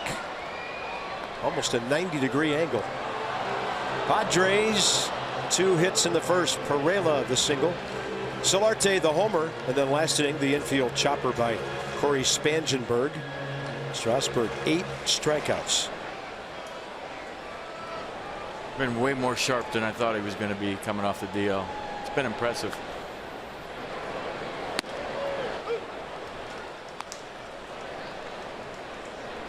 Nissan on the pitch cast. Paint, 96.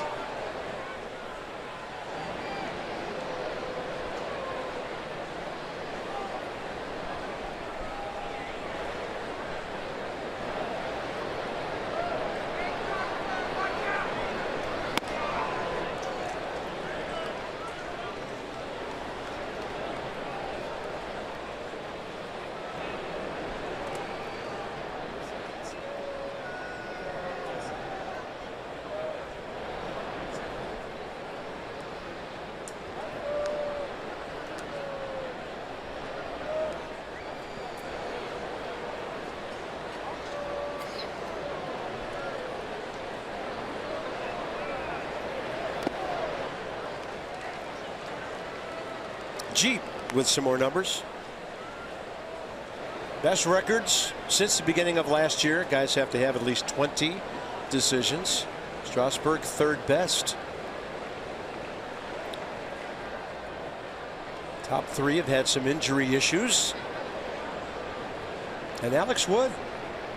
And the Nats win better than, it's a little bit better than 3 out of 4 on his starts on the average.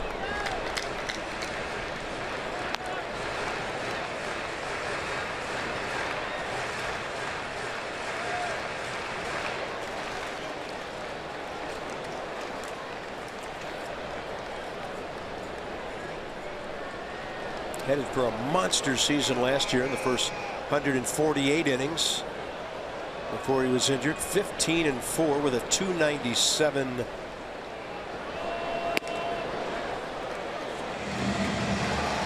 So no swing, and that's his first walk tonight. I just hope he can have a monster postseason once. You know, just be healthy, get into October, and just have some just memorable starts that we talk about for a long time. Yeah.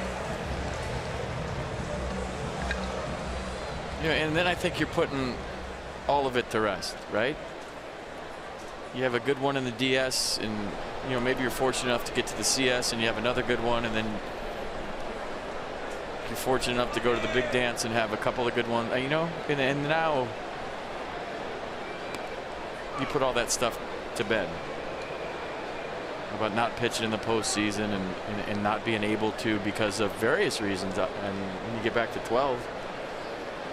So that's what I hope. I hope he's healthy, and I hope he has some amazing games in October.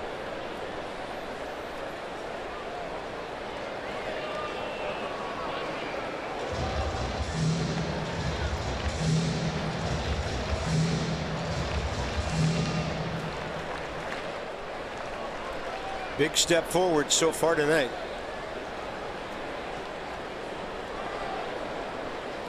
Short lead by Margot. 12 out of 18 stealing.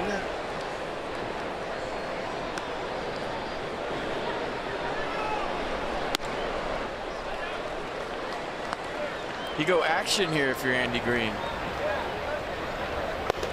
Do you start the runner? You see Sammy getting loose.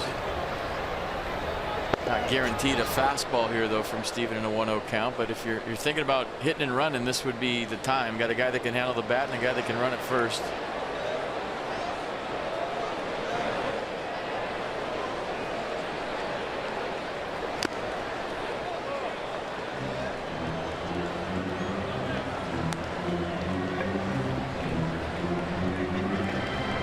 Analytics folks hit and run, or is that just well, I've heard that it's discouraged. You know, you're risking a base runner, kind of like the whole sacrifice thing we've talked about. You're giving up an out.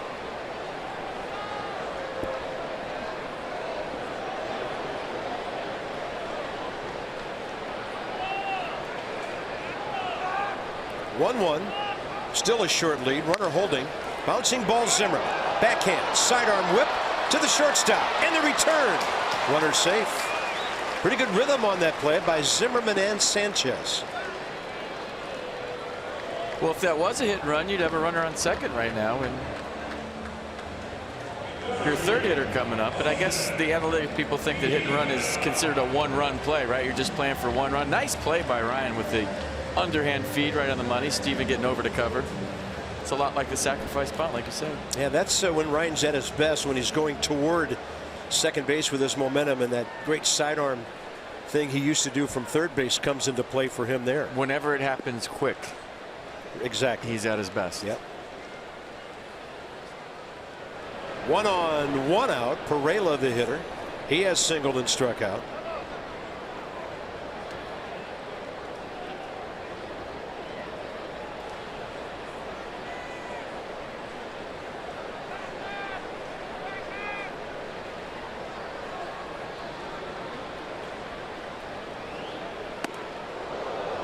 And Pereira was diving there a little bit. That got his attention and forced him to jump back. Thinking about a base hit bunt right here. Squares around, and a two-seam fastball was chasing him. Rendon way back at third.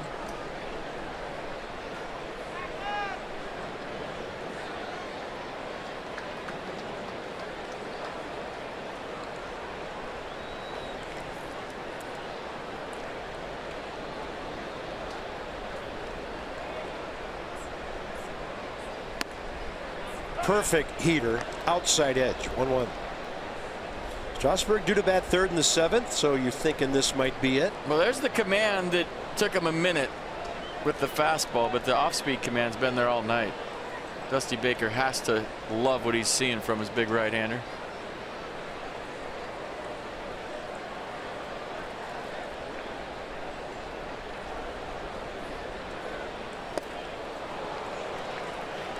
I'm telling you, just throw out changeups.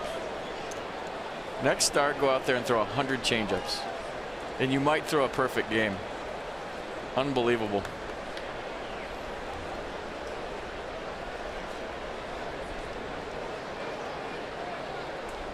Pitch count solid. On the average, around 15 per inning.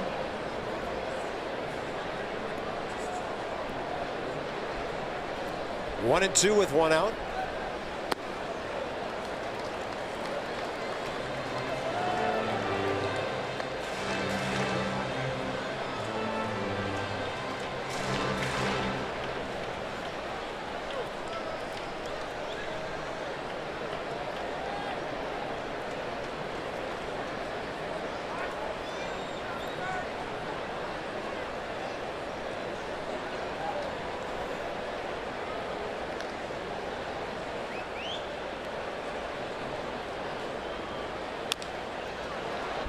You see Jose taking his time giving the sign back there that last time, and I think it's because Steven's getting toward the end of the show.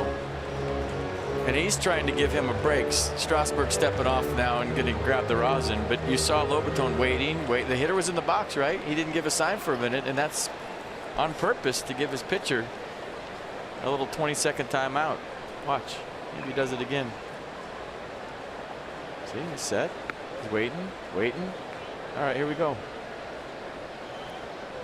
Yeah, major league game speed. It's been a month since Strasburg's been on a big league mound. It'll be a month tomorrow, 4 weeks. And so acquitting himself very well tonight. Everybody in that third base dugout would love to see a ground ball at somebody here. Runner goes early. Strasburg just has to step off and throw.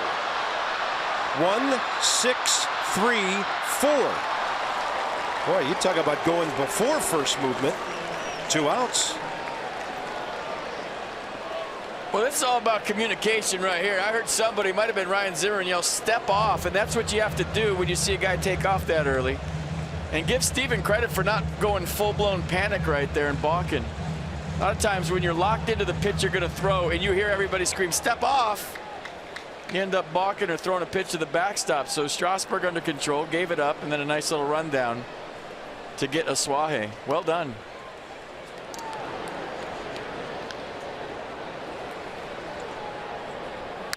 And then Pereira with a base hit to right. Always seems to happen, doesn't it? You lose a runner, next guy gets a hit. And now Solarte with 2 outs. All right. Turn up your TVs. I think we can hear the step off here. We're going to show it again.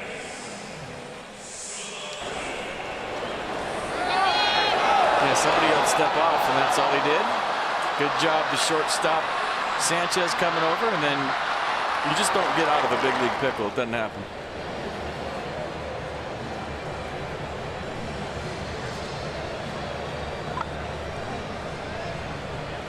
Little checkup here. How you feeling? What's going on? How are your legs? Where you at? Got one more out in you? Okay, here we go.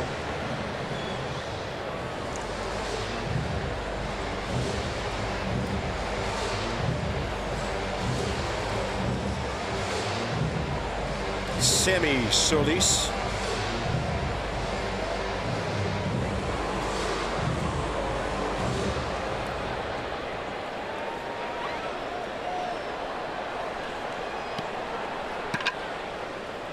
Well, Solarte fouled a fastball straight back. And then after a step off and a throw to first, the next pitch he saw was a heater.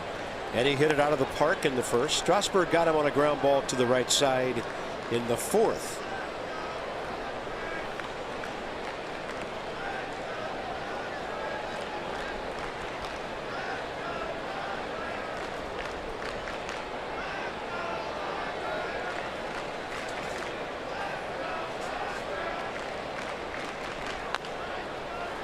And the tapper. Glove, throw. 6 outstanding innings by Steven Strasburg tonight. Now his teammates will try to get him the lead on a gorgeous night in San Diego.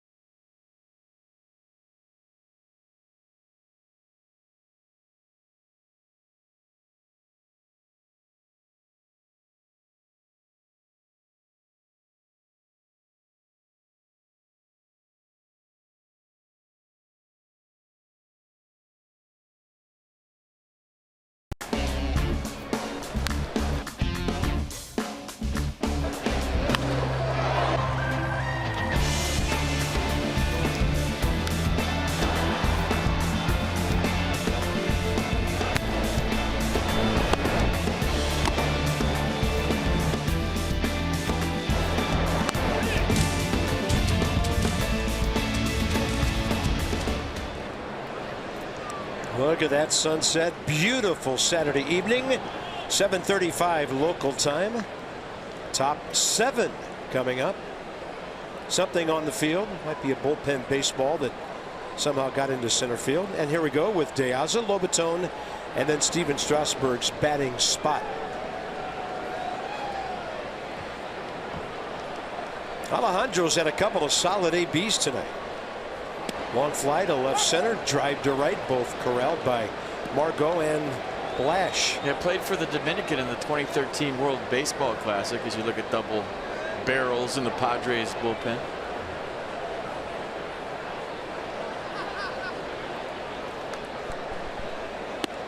And De Aza kind of going Ichiro there, walking straight up out of the batter's box as the pitch came in.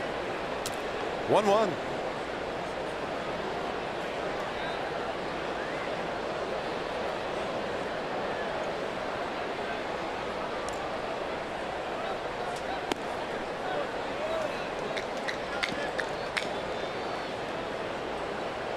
Getting familiar with Alejandro. Just kind of checking out his stance. Little rod curve there, just a little if he laid the bat flat. Nasty pitch under his hands. Mercedes-Benz on the pitch cast.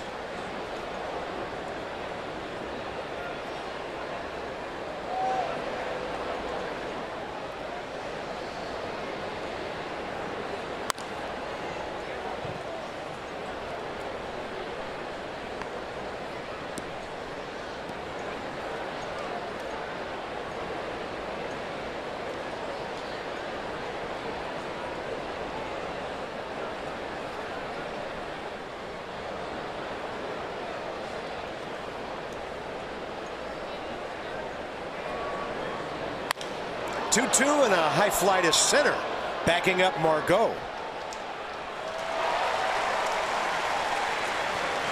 Faith Day following the Mets. It's a 4 o'clock game on Saturday the 26th. Local gospel choirs on hand for a post-game performance, and some of the Nationals players will share stories about how faith impacts their careers and their lives. Visit nationals.com/faith.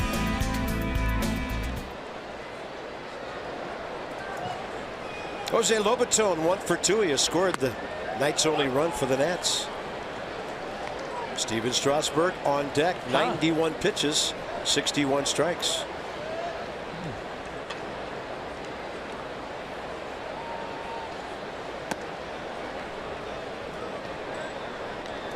Pedro Severino if needed.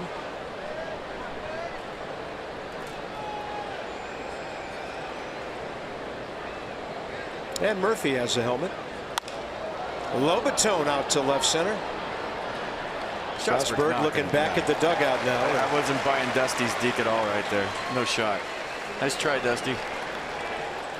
He just didn't want Andy Green to be able to mix and match with whoever he sent in the on deck circle, so he sent his pitcher out there, and then he was going to go Severino against the lefty or Murphy against the righty.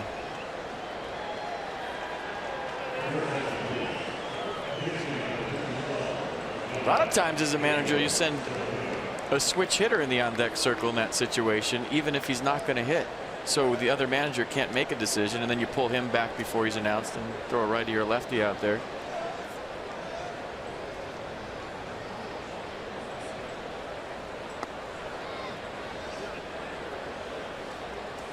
Dusty hoping that Pedro can run into one right here. His first career home run was a pinch hit blast at Colorado.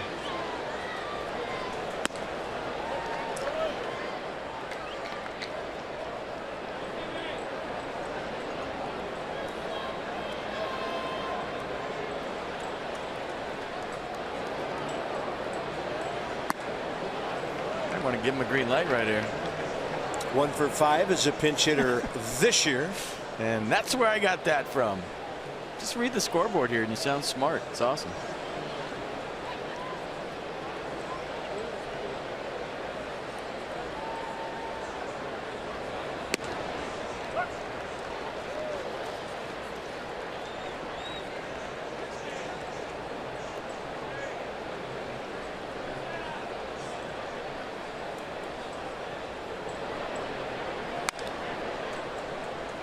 Yeah, I think that's for the San Diego scoreboard crew should be 16 at Colorado. Bob, don't let the facts get in the way of a good scoreboard. Well, fun fact. Now you're not fun. Now it's not a fun fact. Well, that would mean that was 2 days ago at Coors Field, and I'm pretty sure we weren't there. Still, it says fun fact, and all of a sudden it's not even close to being fun. We weren't at Coors Field yesterday. I mean, I don't know where you were 2 days ago, but I was here. Oh, it's fantastic. Tighten it up, scoreboard people.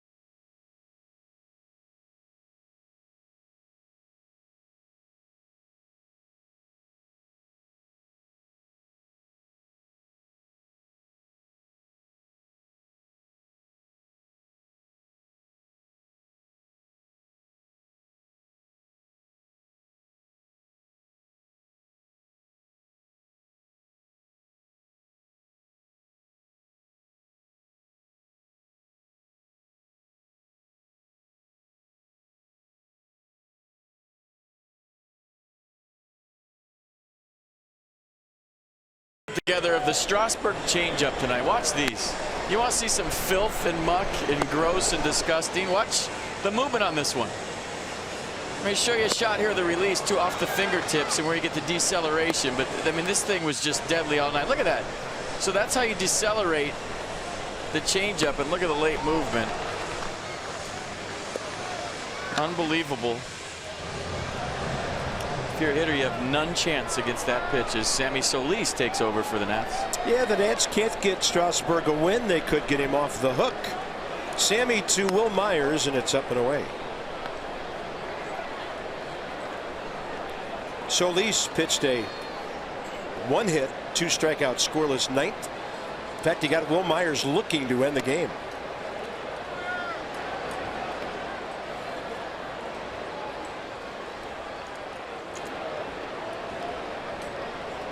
Both starters very impressive. 101 pitches, 69 strikes for Wood through 7.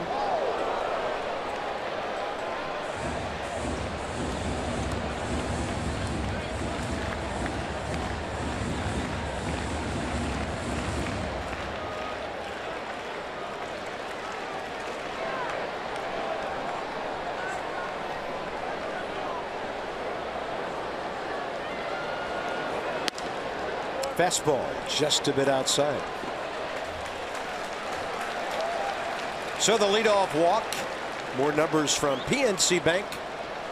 Nationals bullpen since the 18th of July when Madsen and Doolittle reported to the visiting clubhouse in Anaheim.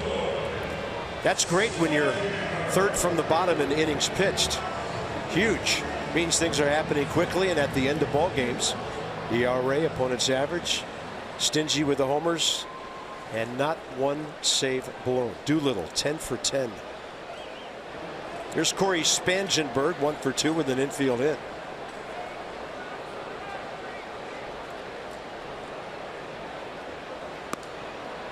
That's 5 in a row, and if you're Andy Green, you can't give up an out to a guy that hasn't thrown a strike. And you know, the one thing Dusty Baker loves from his bullpen is when they come in pounding the strike zone, they're aggressive.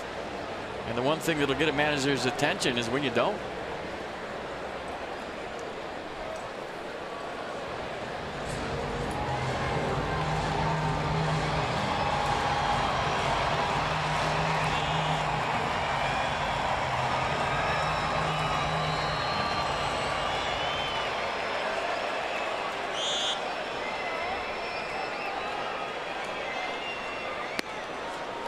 Now he misses again.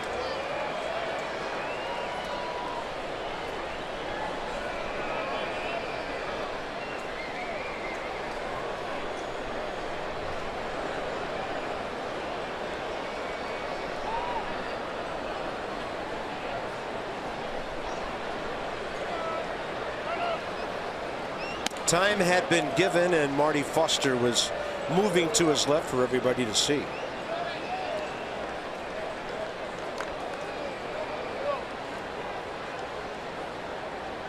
And bullpen's crowded right now, so every time you take the mound, you're pitching for a spot down there, and every time you take the mound, you're pitching for a spot on the playoff roster in October. Yeah, that's what's come into play here.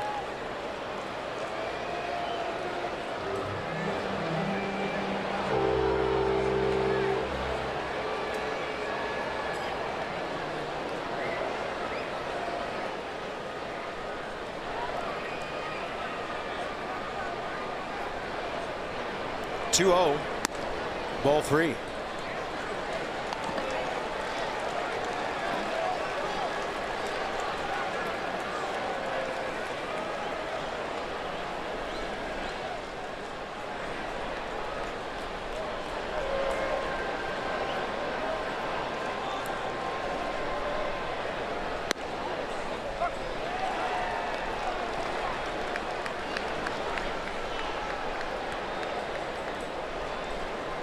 Somebody's getting up out there.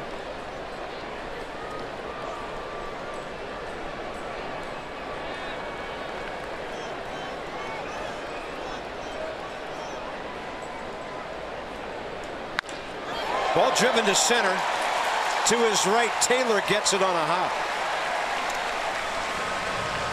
Second time tonight the Padres have put base runners on back-to-back with either a walk or a hit. Mike Maddox seemingly out of the dugout before Michael A. grabbed that ball. Well, that's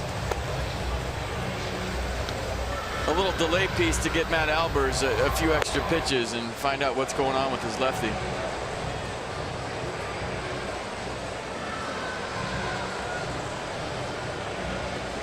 And he'll stay out there as long as he can to get Albers pitches until Marty Foster comes to get him.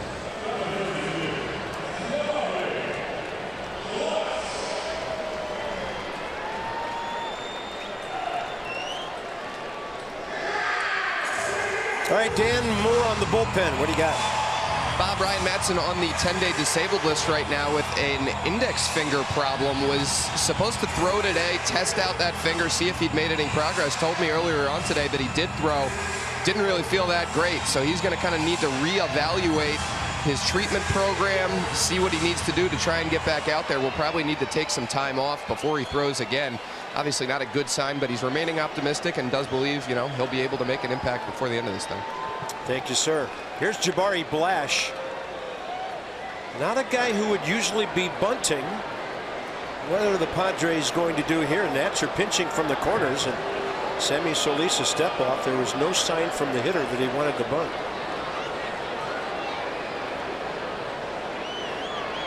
So we're at the number 7 spot in the San Diego order.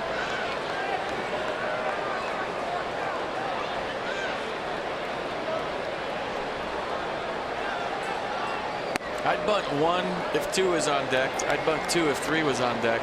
But I don't know if I'd bunt 7 with 8 and 9 coming up. Right. Especially with the lead.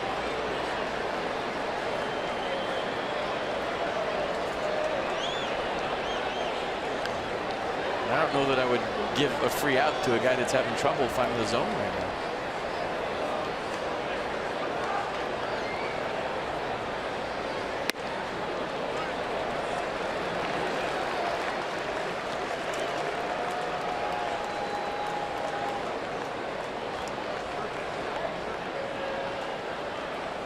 Sammy's last 5 games good. 1 earned run in over 6 innings.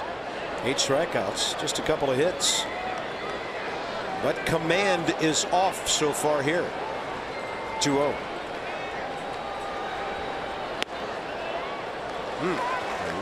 He's aiming it now. He's having, you can just see the reaction after he throws it. He's feeling it, and the crowd's getting into it.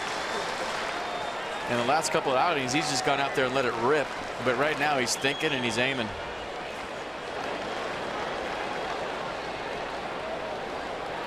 2-1 Padres. Been that way since the Nats scored in the 5th.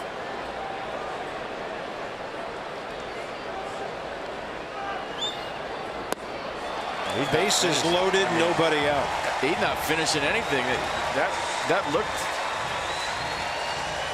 different. That didn't look like the guy we've seen the last 2 or 3 outings. He'll be out of here, having not retired a batter. Matt Albers will be next. And Matt Albers was really dealing here last night. If you need expert printing, the UPS store has you covered. Together, there's nothing we can't solve. The Nats UPS store. Call to the bullpen.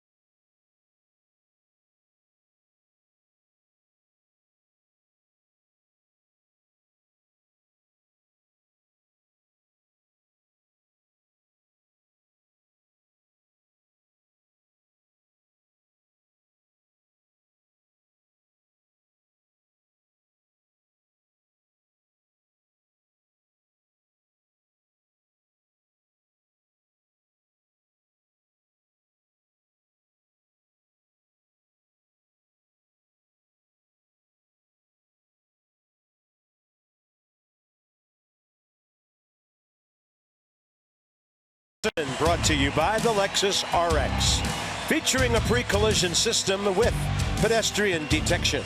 Standard.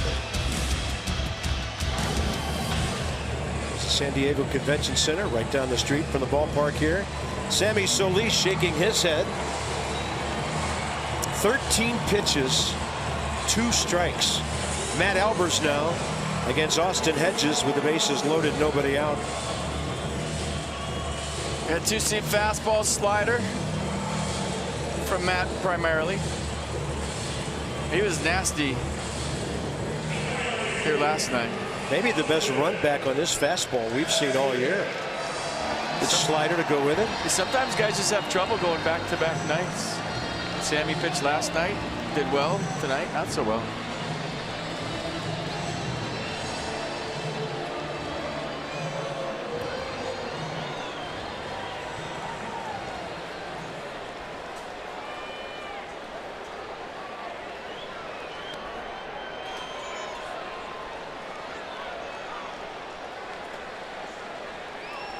Hedges. And there's that moving fastball back to the edge. Or close to it. Close enough. He was getting calls last night because he was moving that ball so much.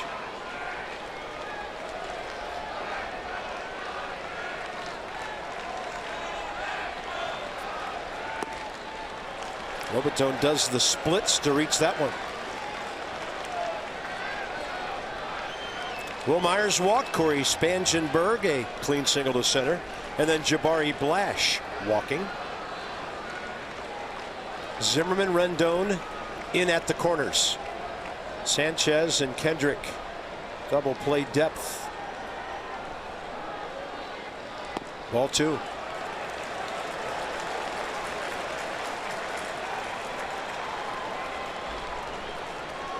Switch hitting catcher Hector Sanchez on deck for Travis Wood.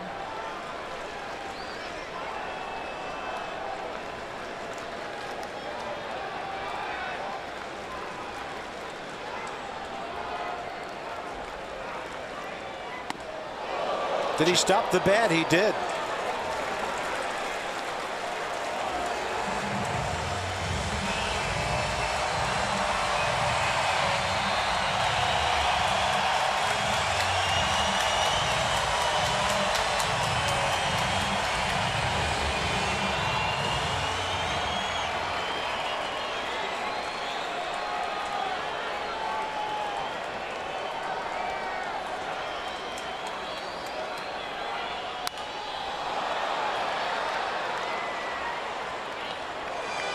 Got the pitch he was looking for, elevated sinker, and was a little late.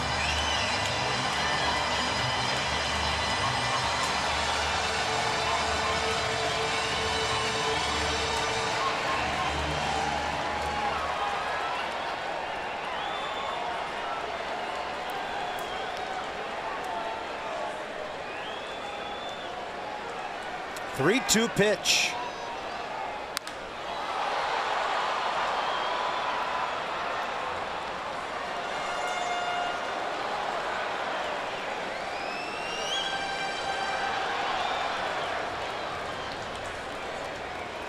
Sean Kelly has been heating up. He threw 9 pitches last night, gave up a home run. Got a couple of outs.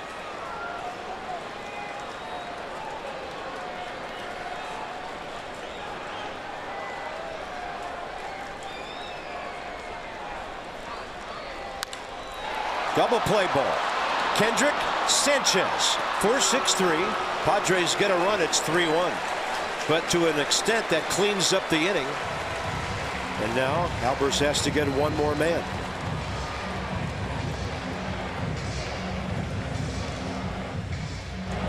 Taylor made. Good feed by Howie Kendrick. Coming across the bag with momentum. Remember, we were talking about that last night. I keep your feet moving on the turn if you're a shortstop. That was a nice play. And a well-needed double play to keep this one close. Sanchez 0 for 3 career against Albers. That struck him out swinging, pinch hitting last night. So it's Spangenberg at third.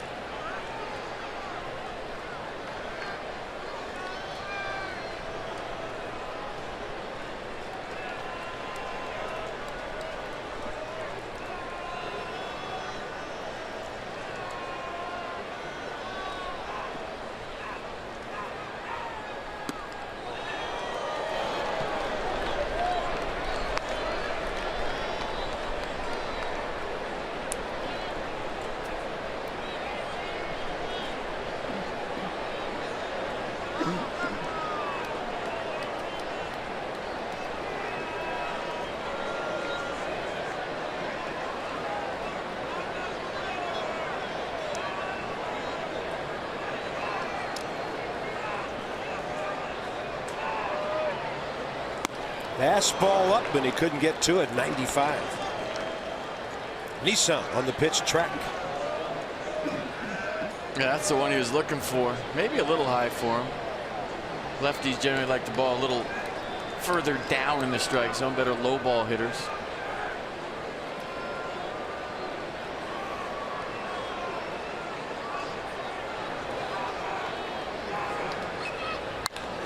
And that ball hit hard to right and foul.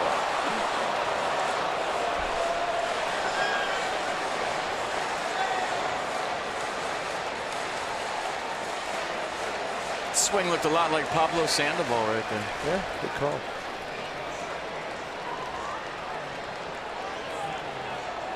There's Bryce. What's up? Got to be killing him. He loves to play on the West Coast. Always does well out here. 2-2 with 2 outs. Another one, and this one further and further foul. It was a long strike, a really long strike, a super duper really long far strike, but it's all it was a strike.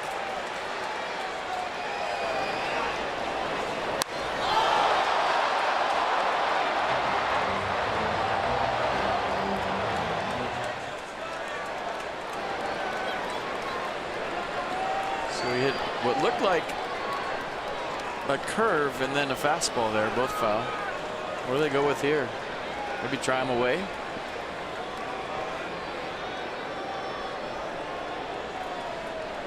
Sitting on about 800 feet worth of foul balls here.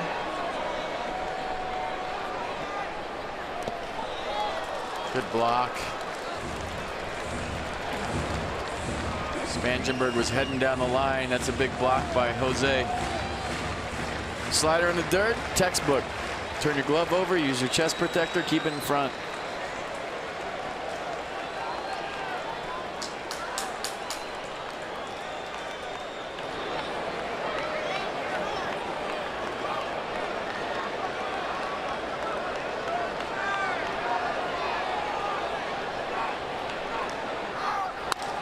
Ball sinking away, and the line drive to Diaz.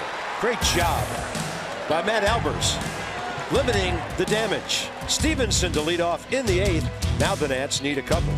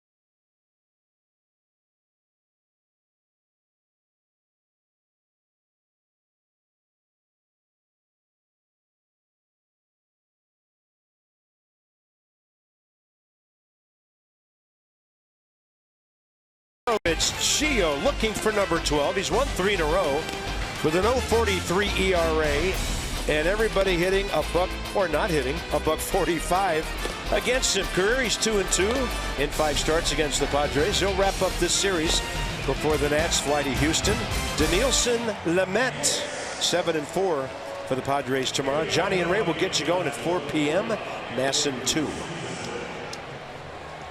MLB.com app Bat is your #1 mobile app for live Nationals baseball. Stay connected with a fully customizable experience. Get Nats home screen icons, app features, as well as game day live video game highlights and StatCast. Download MLB.com at Bat today. Kirby Yates, second appearance of the series, 8th inning here on Thursday night, and he gave up for the Nats, game-winning home run to Ryan Zimmerman. He's got Stevenson, Sanchez, and Rendon here. Well, let's see, fastball 93, 94, slider 86, and occasional changeup at 87. So Andrew gets a right-hander for the first time tonight.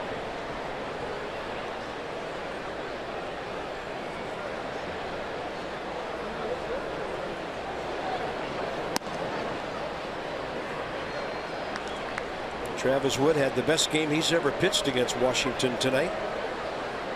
A run on 3 hits through 7.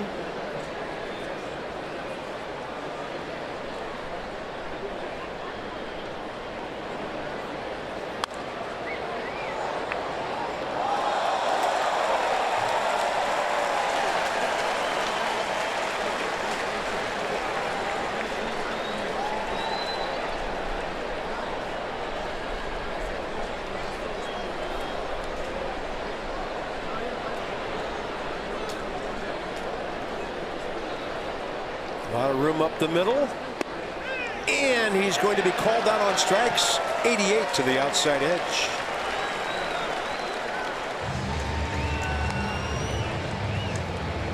Looked like a changeup. Turned it over. Oh, maybe a sinker. No, it was changeup, 88. Changeup averages 87. Just caught the edge. Good pitch.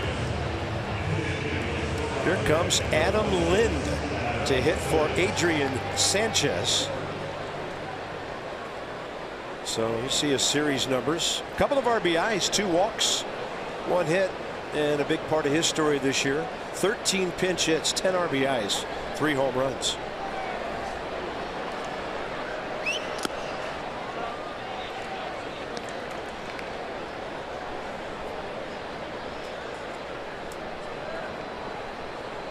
Three for 3 career against Kirby Yates.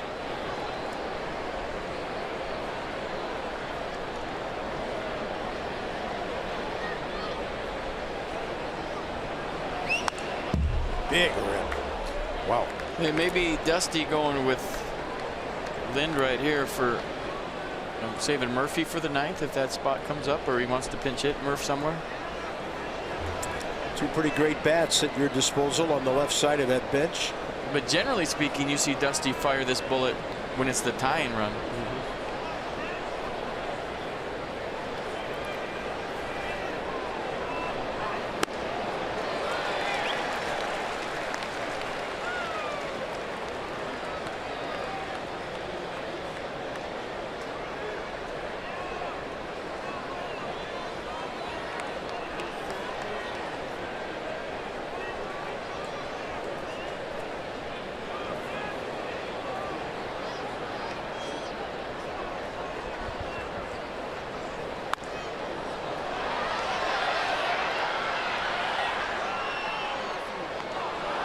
DC's premier fantasy football event, Saturday the 9th of September.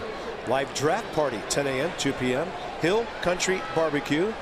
It's the annual Scherzer Showdown. Proceeds to the Nats Youth Baseball Academy.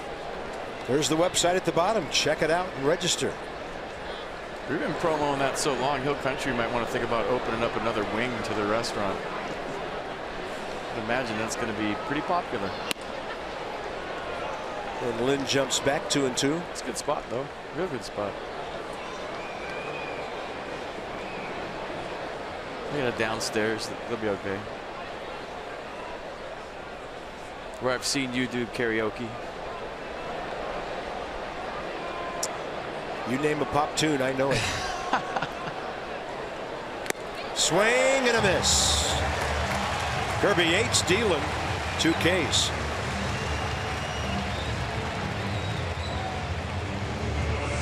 The scoreboard said Adam Lind is homered on opening day for 3 straight seasons, but I don't know if I can trust him anymore. Could have been 2 opening days in the same season in different ballparks. You just don't know anymore. Here's Rendon. Did he win a Silver Slugger in 2014? Yes. Okay.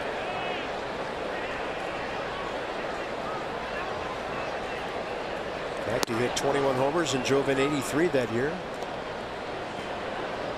His career high in RBIs until last season, when he added 2 to that. Well, if he can get on for Ryan, I mean, I think that's the object right here.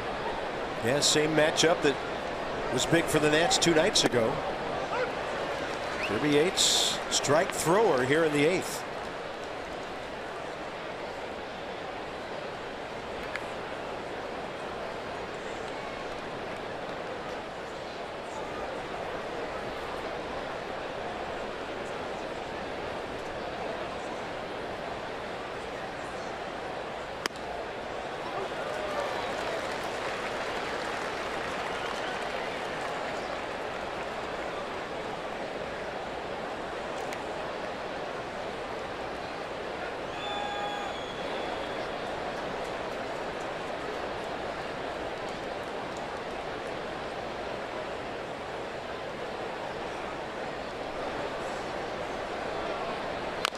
And a foul. Anthony took the brunt of that one.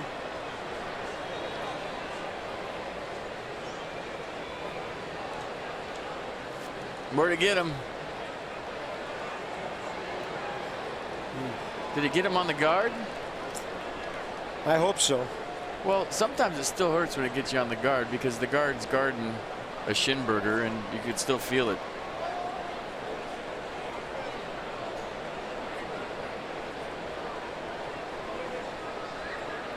And you can see the guard of Ryan Zimmerman in the background as well.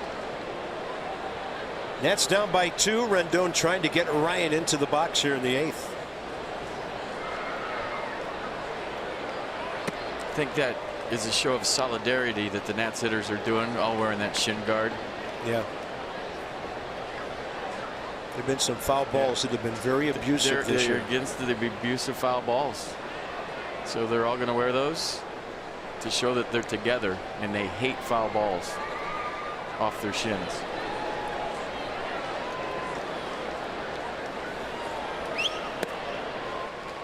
All right, 3-2.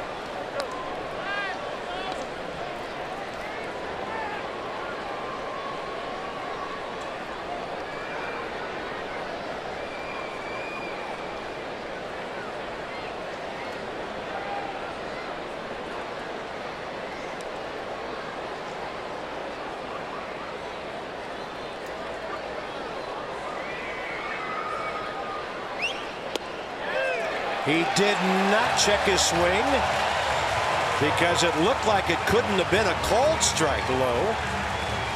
Nats dugout unhappy, and Rendon, after visiting with Marty Foster, walks away, hitting over. Well, the dugout thought it was down. Rendon thought it was down. We know he didn't swing because he never does. And let's look at it again together. That ball's low.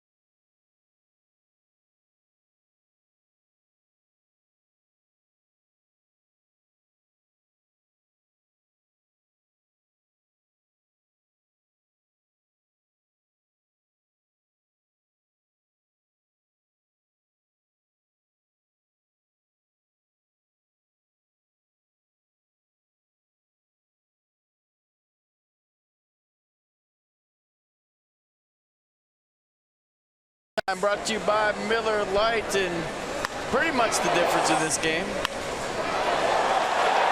Yangervis Solarte with his 13th home run, a fastball from Steven Strasburg. Really the only mistake he made all night. I mean, he was really, really, really good tonight. Very sharp, and when you come off the DL, you're gone for a month. I thought you couldn't have wanted anything more if you're the Nats and Dusty Baker. Agreed. Very excited about what we saw from Steven tonight. Sean Kelly in a hold'em situation here, bottom of the 8th, top of the order, so he's going to go back-to-back days here.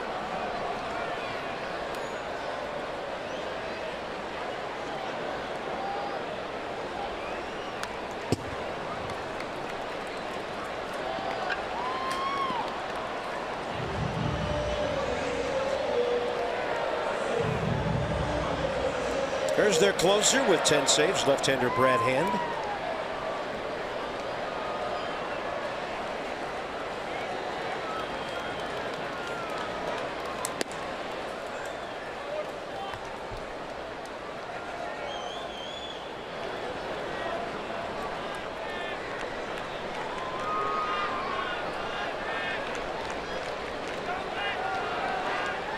Margot for 2 of the walk tonight, and Kelly drops in the hook. 1 ball, 2 strikes.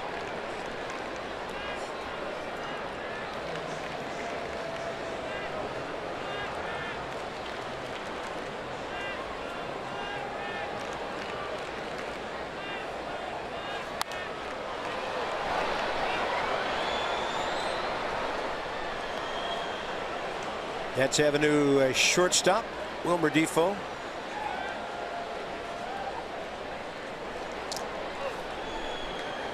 And I would think he's batting 9th.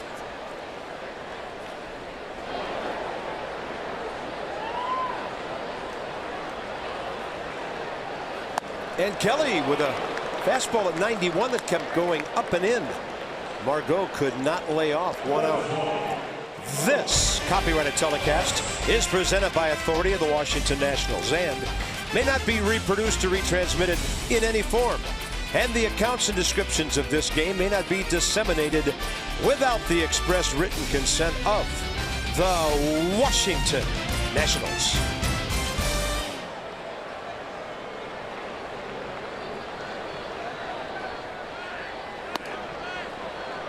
Fastball up, ball 1-2. Carlos Asuaje, 0 for 3.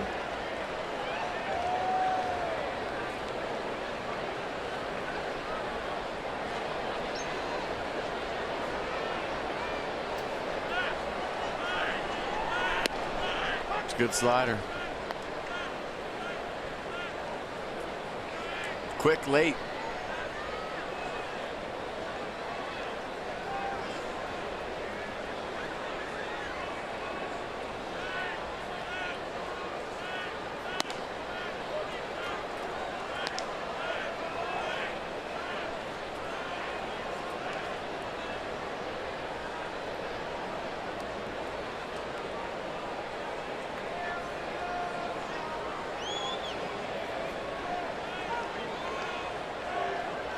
Then the 2-1 popped up and on a play left side.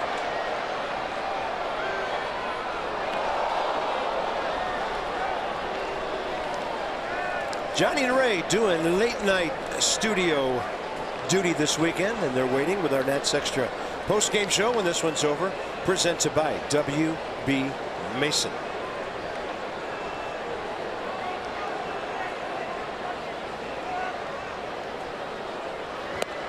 Swing and a miss. Kelly keeping the ball down. 2 Ks, both swinging here in the 8th. Yeah, I mean, looking like a fastball the way the bottom drops out. So high fastball for strikeout number 1, and now the slider down for strikeout number 2. Stuff is sharp. Yeah, that's been the question about Sean last year or so. How does he do on consecutive days? So this second time around, so far so good, and he faces Jose Pereira.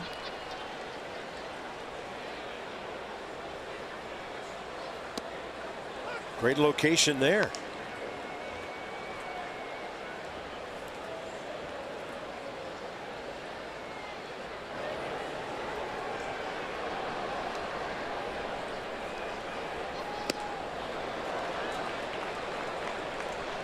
staying out there.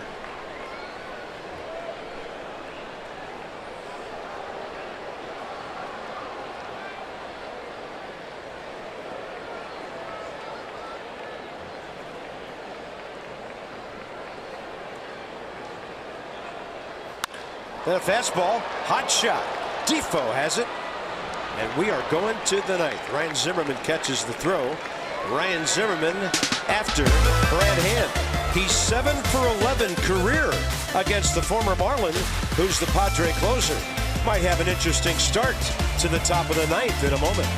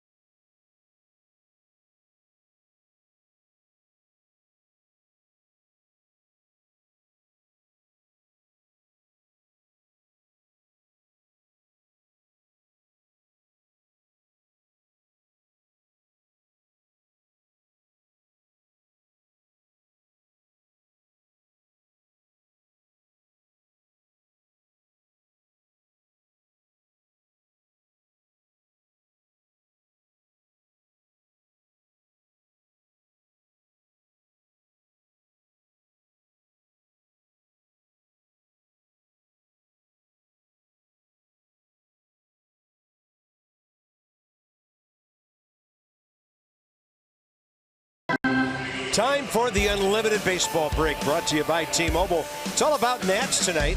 So in his first 17 games with the Nats, Howie Kendrick, look what he's done. How does that compare with Murph and Rendon? Well, Murphy incomparable at 397. Anthony Rendon way back in 13 as a kid, 361. Interesting comparison numbers from T-Mobile. Brad Hand with Kendrick on deck facing Zimmerman here. And as I mentioned, Ryan 7 for 11 against him career. He has blown 4 saves while getting 10. And Ryan all in on that first pitch heater. Yeah, fastball, slider, 2 pitches, fastball 93. See the numbers on Brad. 81 strikeouts to 17 walks. Opponent's hitting 189. And Nats looking for a bloop and a bomb, or a couple of bombs.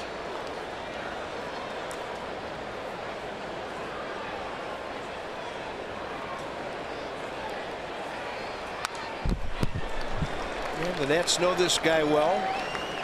Brad Hand, what you would call mixed results as a starter in Miami. Never won more than 4 games and had some losing records. 500 last year at 4-4. And there's Dusty Coleman in for defense at short.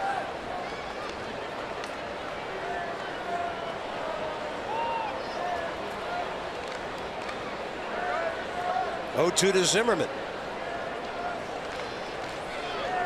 He had a feeling the slider was coming. That's his out pitch. Opponent's hitting 117 against Brad Hand's slider this year. And look at Ryan's numbers against Brad. Something's got to give.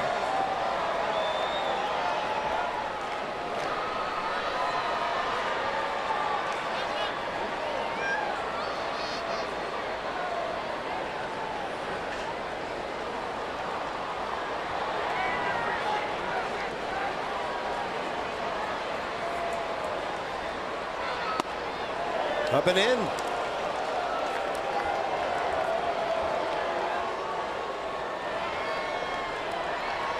Brad was rumored all over the place in the trade deadline. I think I even saw some Nats stuff about him. Kind of reinvented himself as a reliever. He's been great for the Padres. Yeah, had 2 career saves before this year. 2-2. Brings that breaking ball around, and Ryan Zimmerman walks away. Yeah, this is nasty. Look where this starts and where it ends up. I mean, that was all in the left-handed batter's box and came back late with lots of break. Howie Kendrick 1 for 4 career against Hand.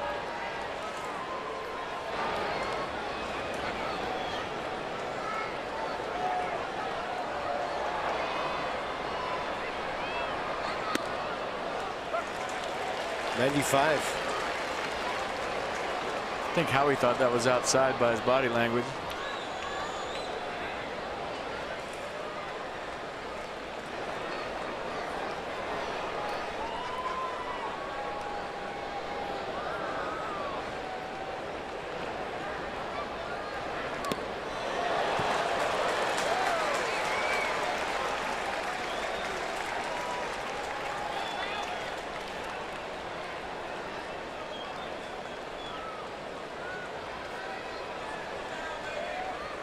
Murph ready to go. Maybe for Diaz if it gets there. I think Dusty would try to let Michael A run into a fastball if he was a tying run against a lefty.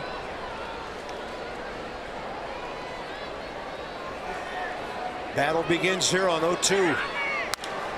And Howie will drive it to right, and they had him played toward the line. Flash there in plenty of time. Daniel Murphy will emerge after Taylor here. Gio tomorrow. Nets with a big time rally here, could be going for a sweep. Without one, they'll be going for 3 out of 4.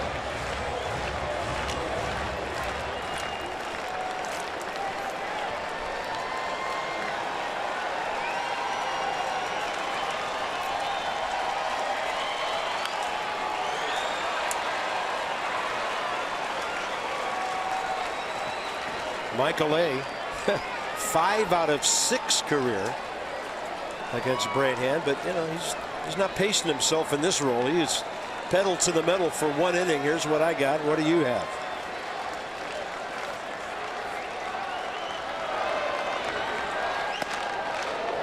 "27 years of age now," and funny how a guy gets through the first several years of his career, finds a different role, and boom, success.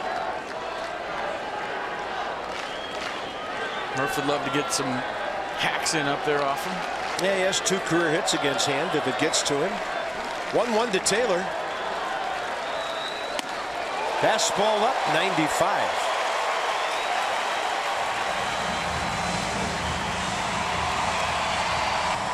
Loud crowd tonight. They were a lady arriving bunch, and looking for their 33rd home win of the year against 29 losses.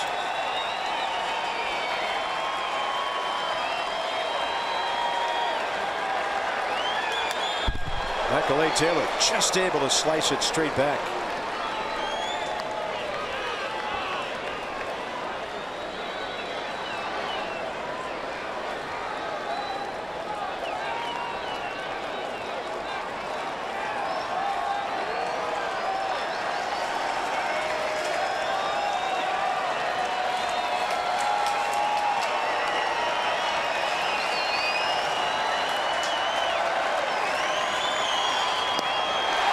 Swing and a miss on the breaking ball, and the game's over. Nationals do not get a hit after the 5th inning. San Diego, good pitching tonight. Travis Wood, outstanding through 7. We're feeling good about what we saw from Steven Strasburg. Padres grab their first win in this series.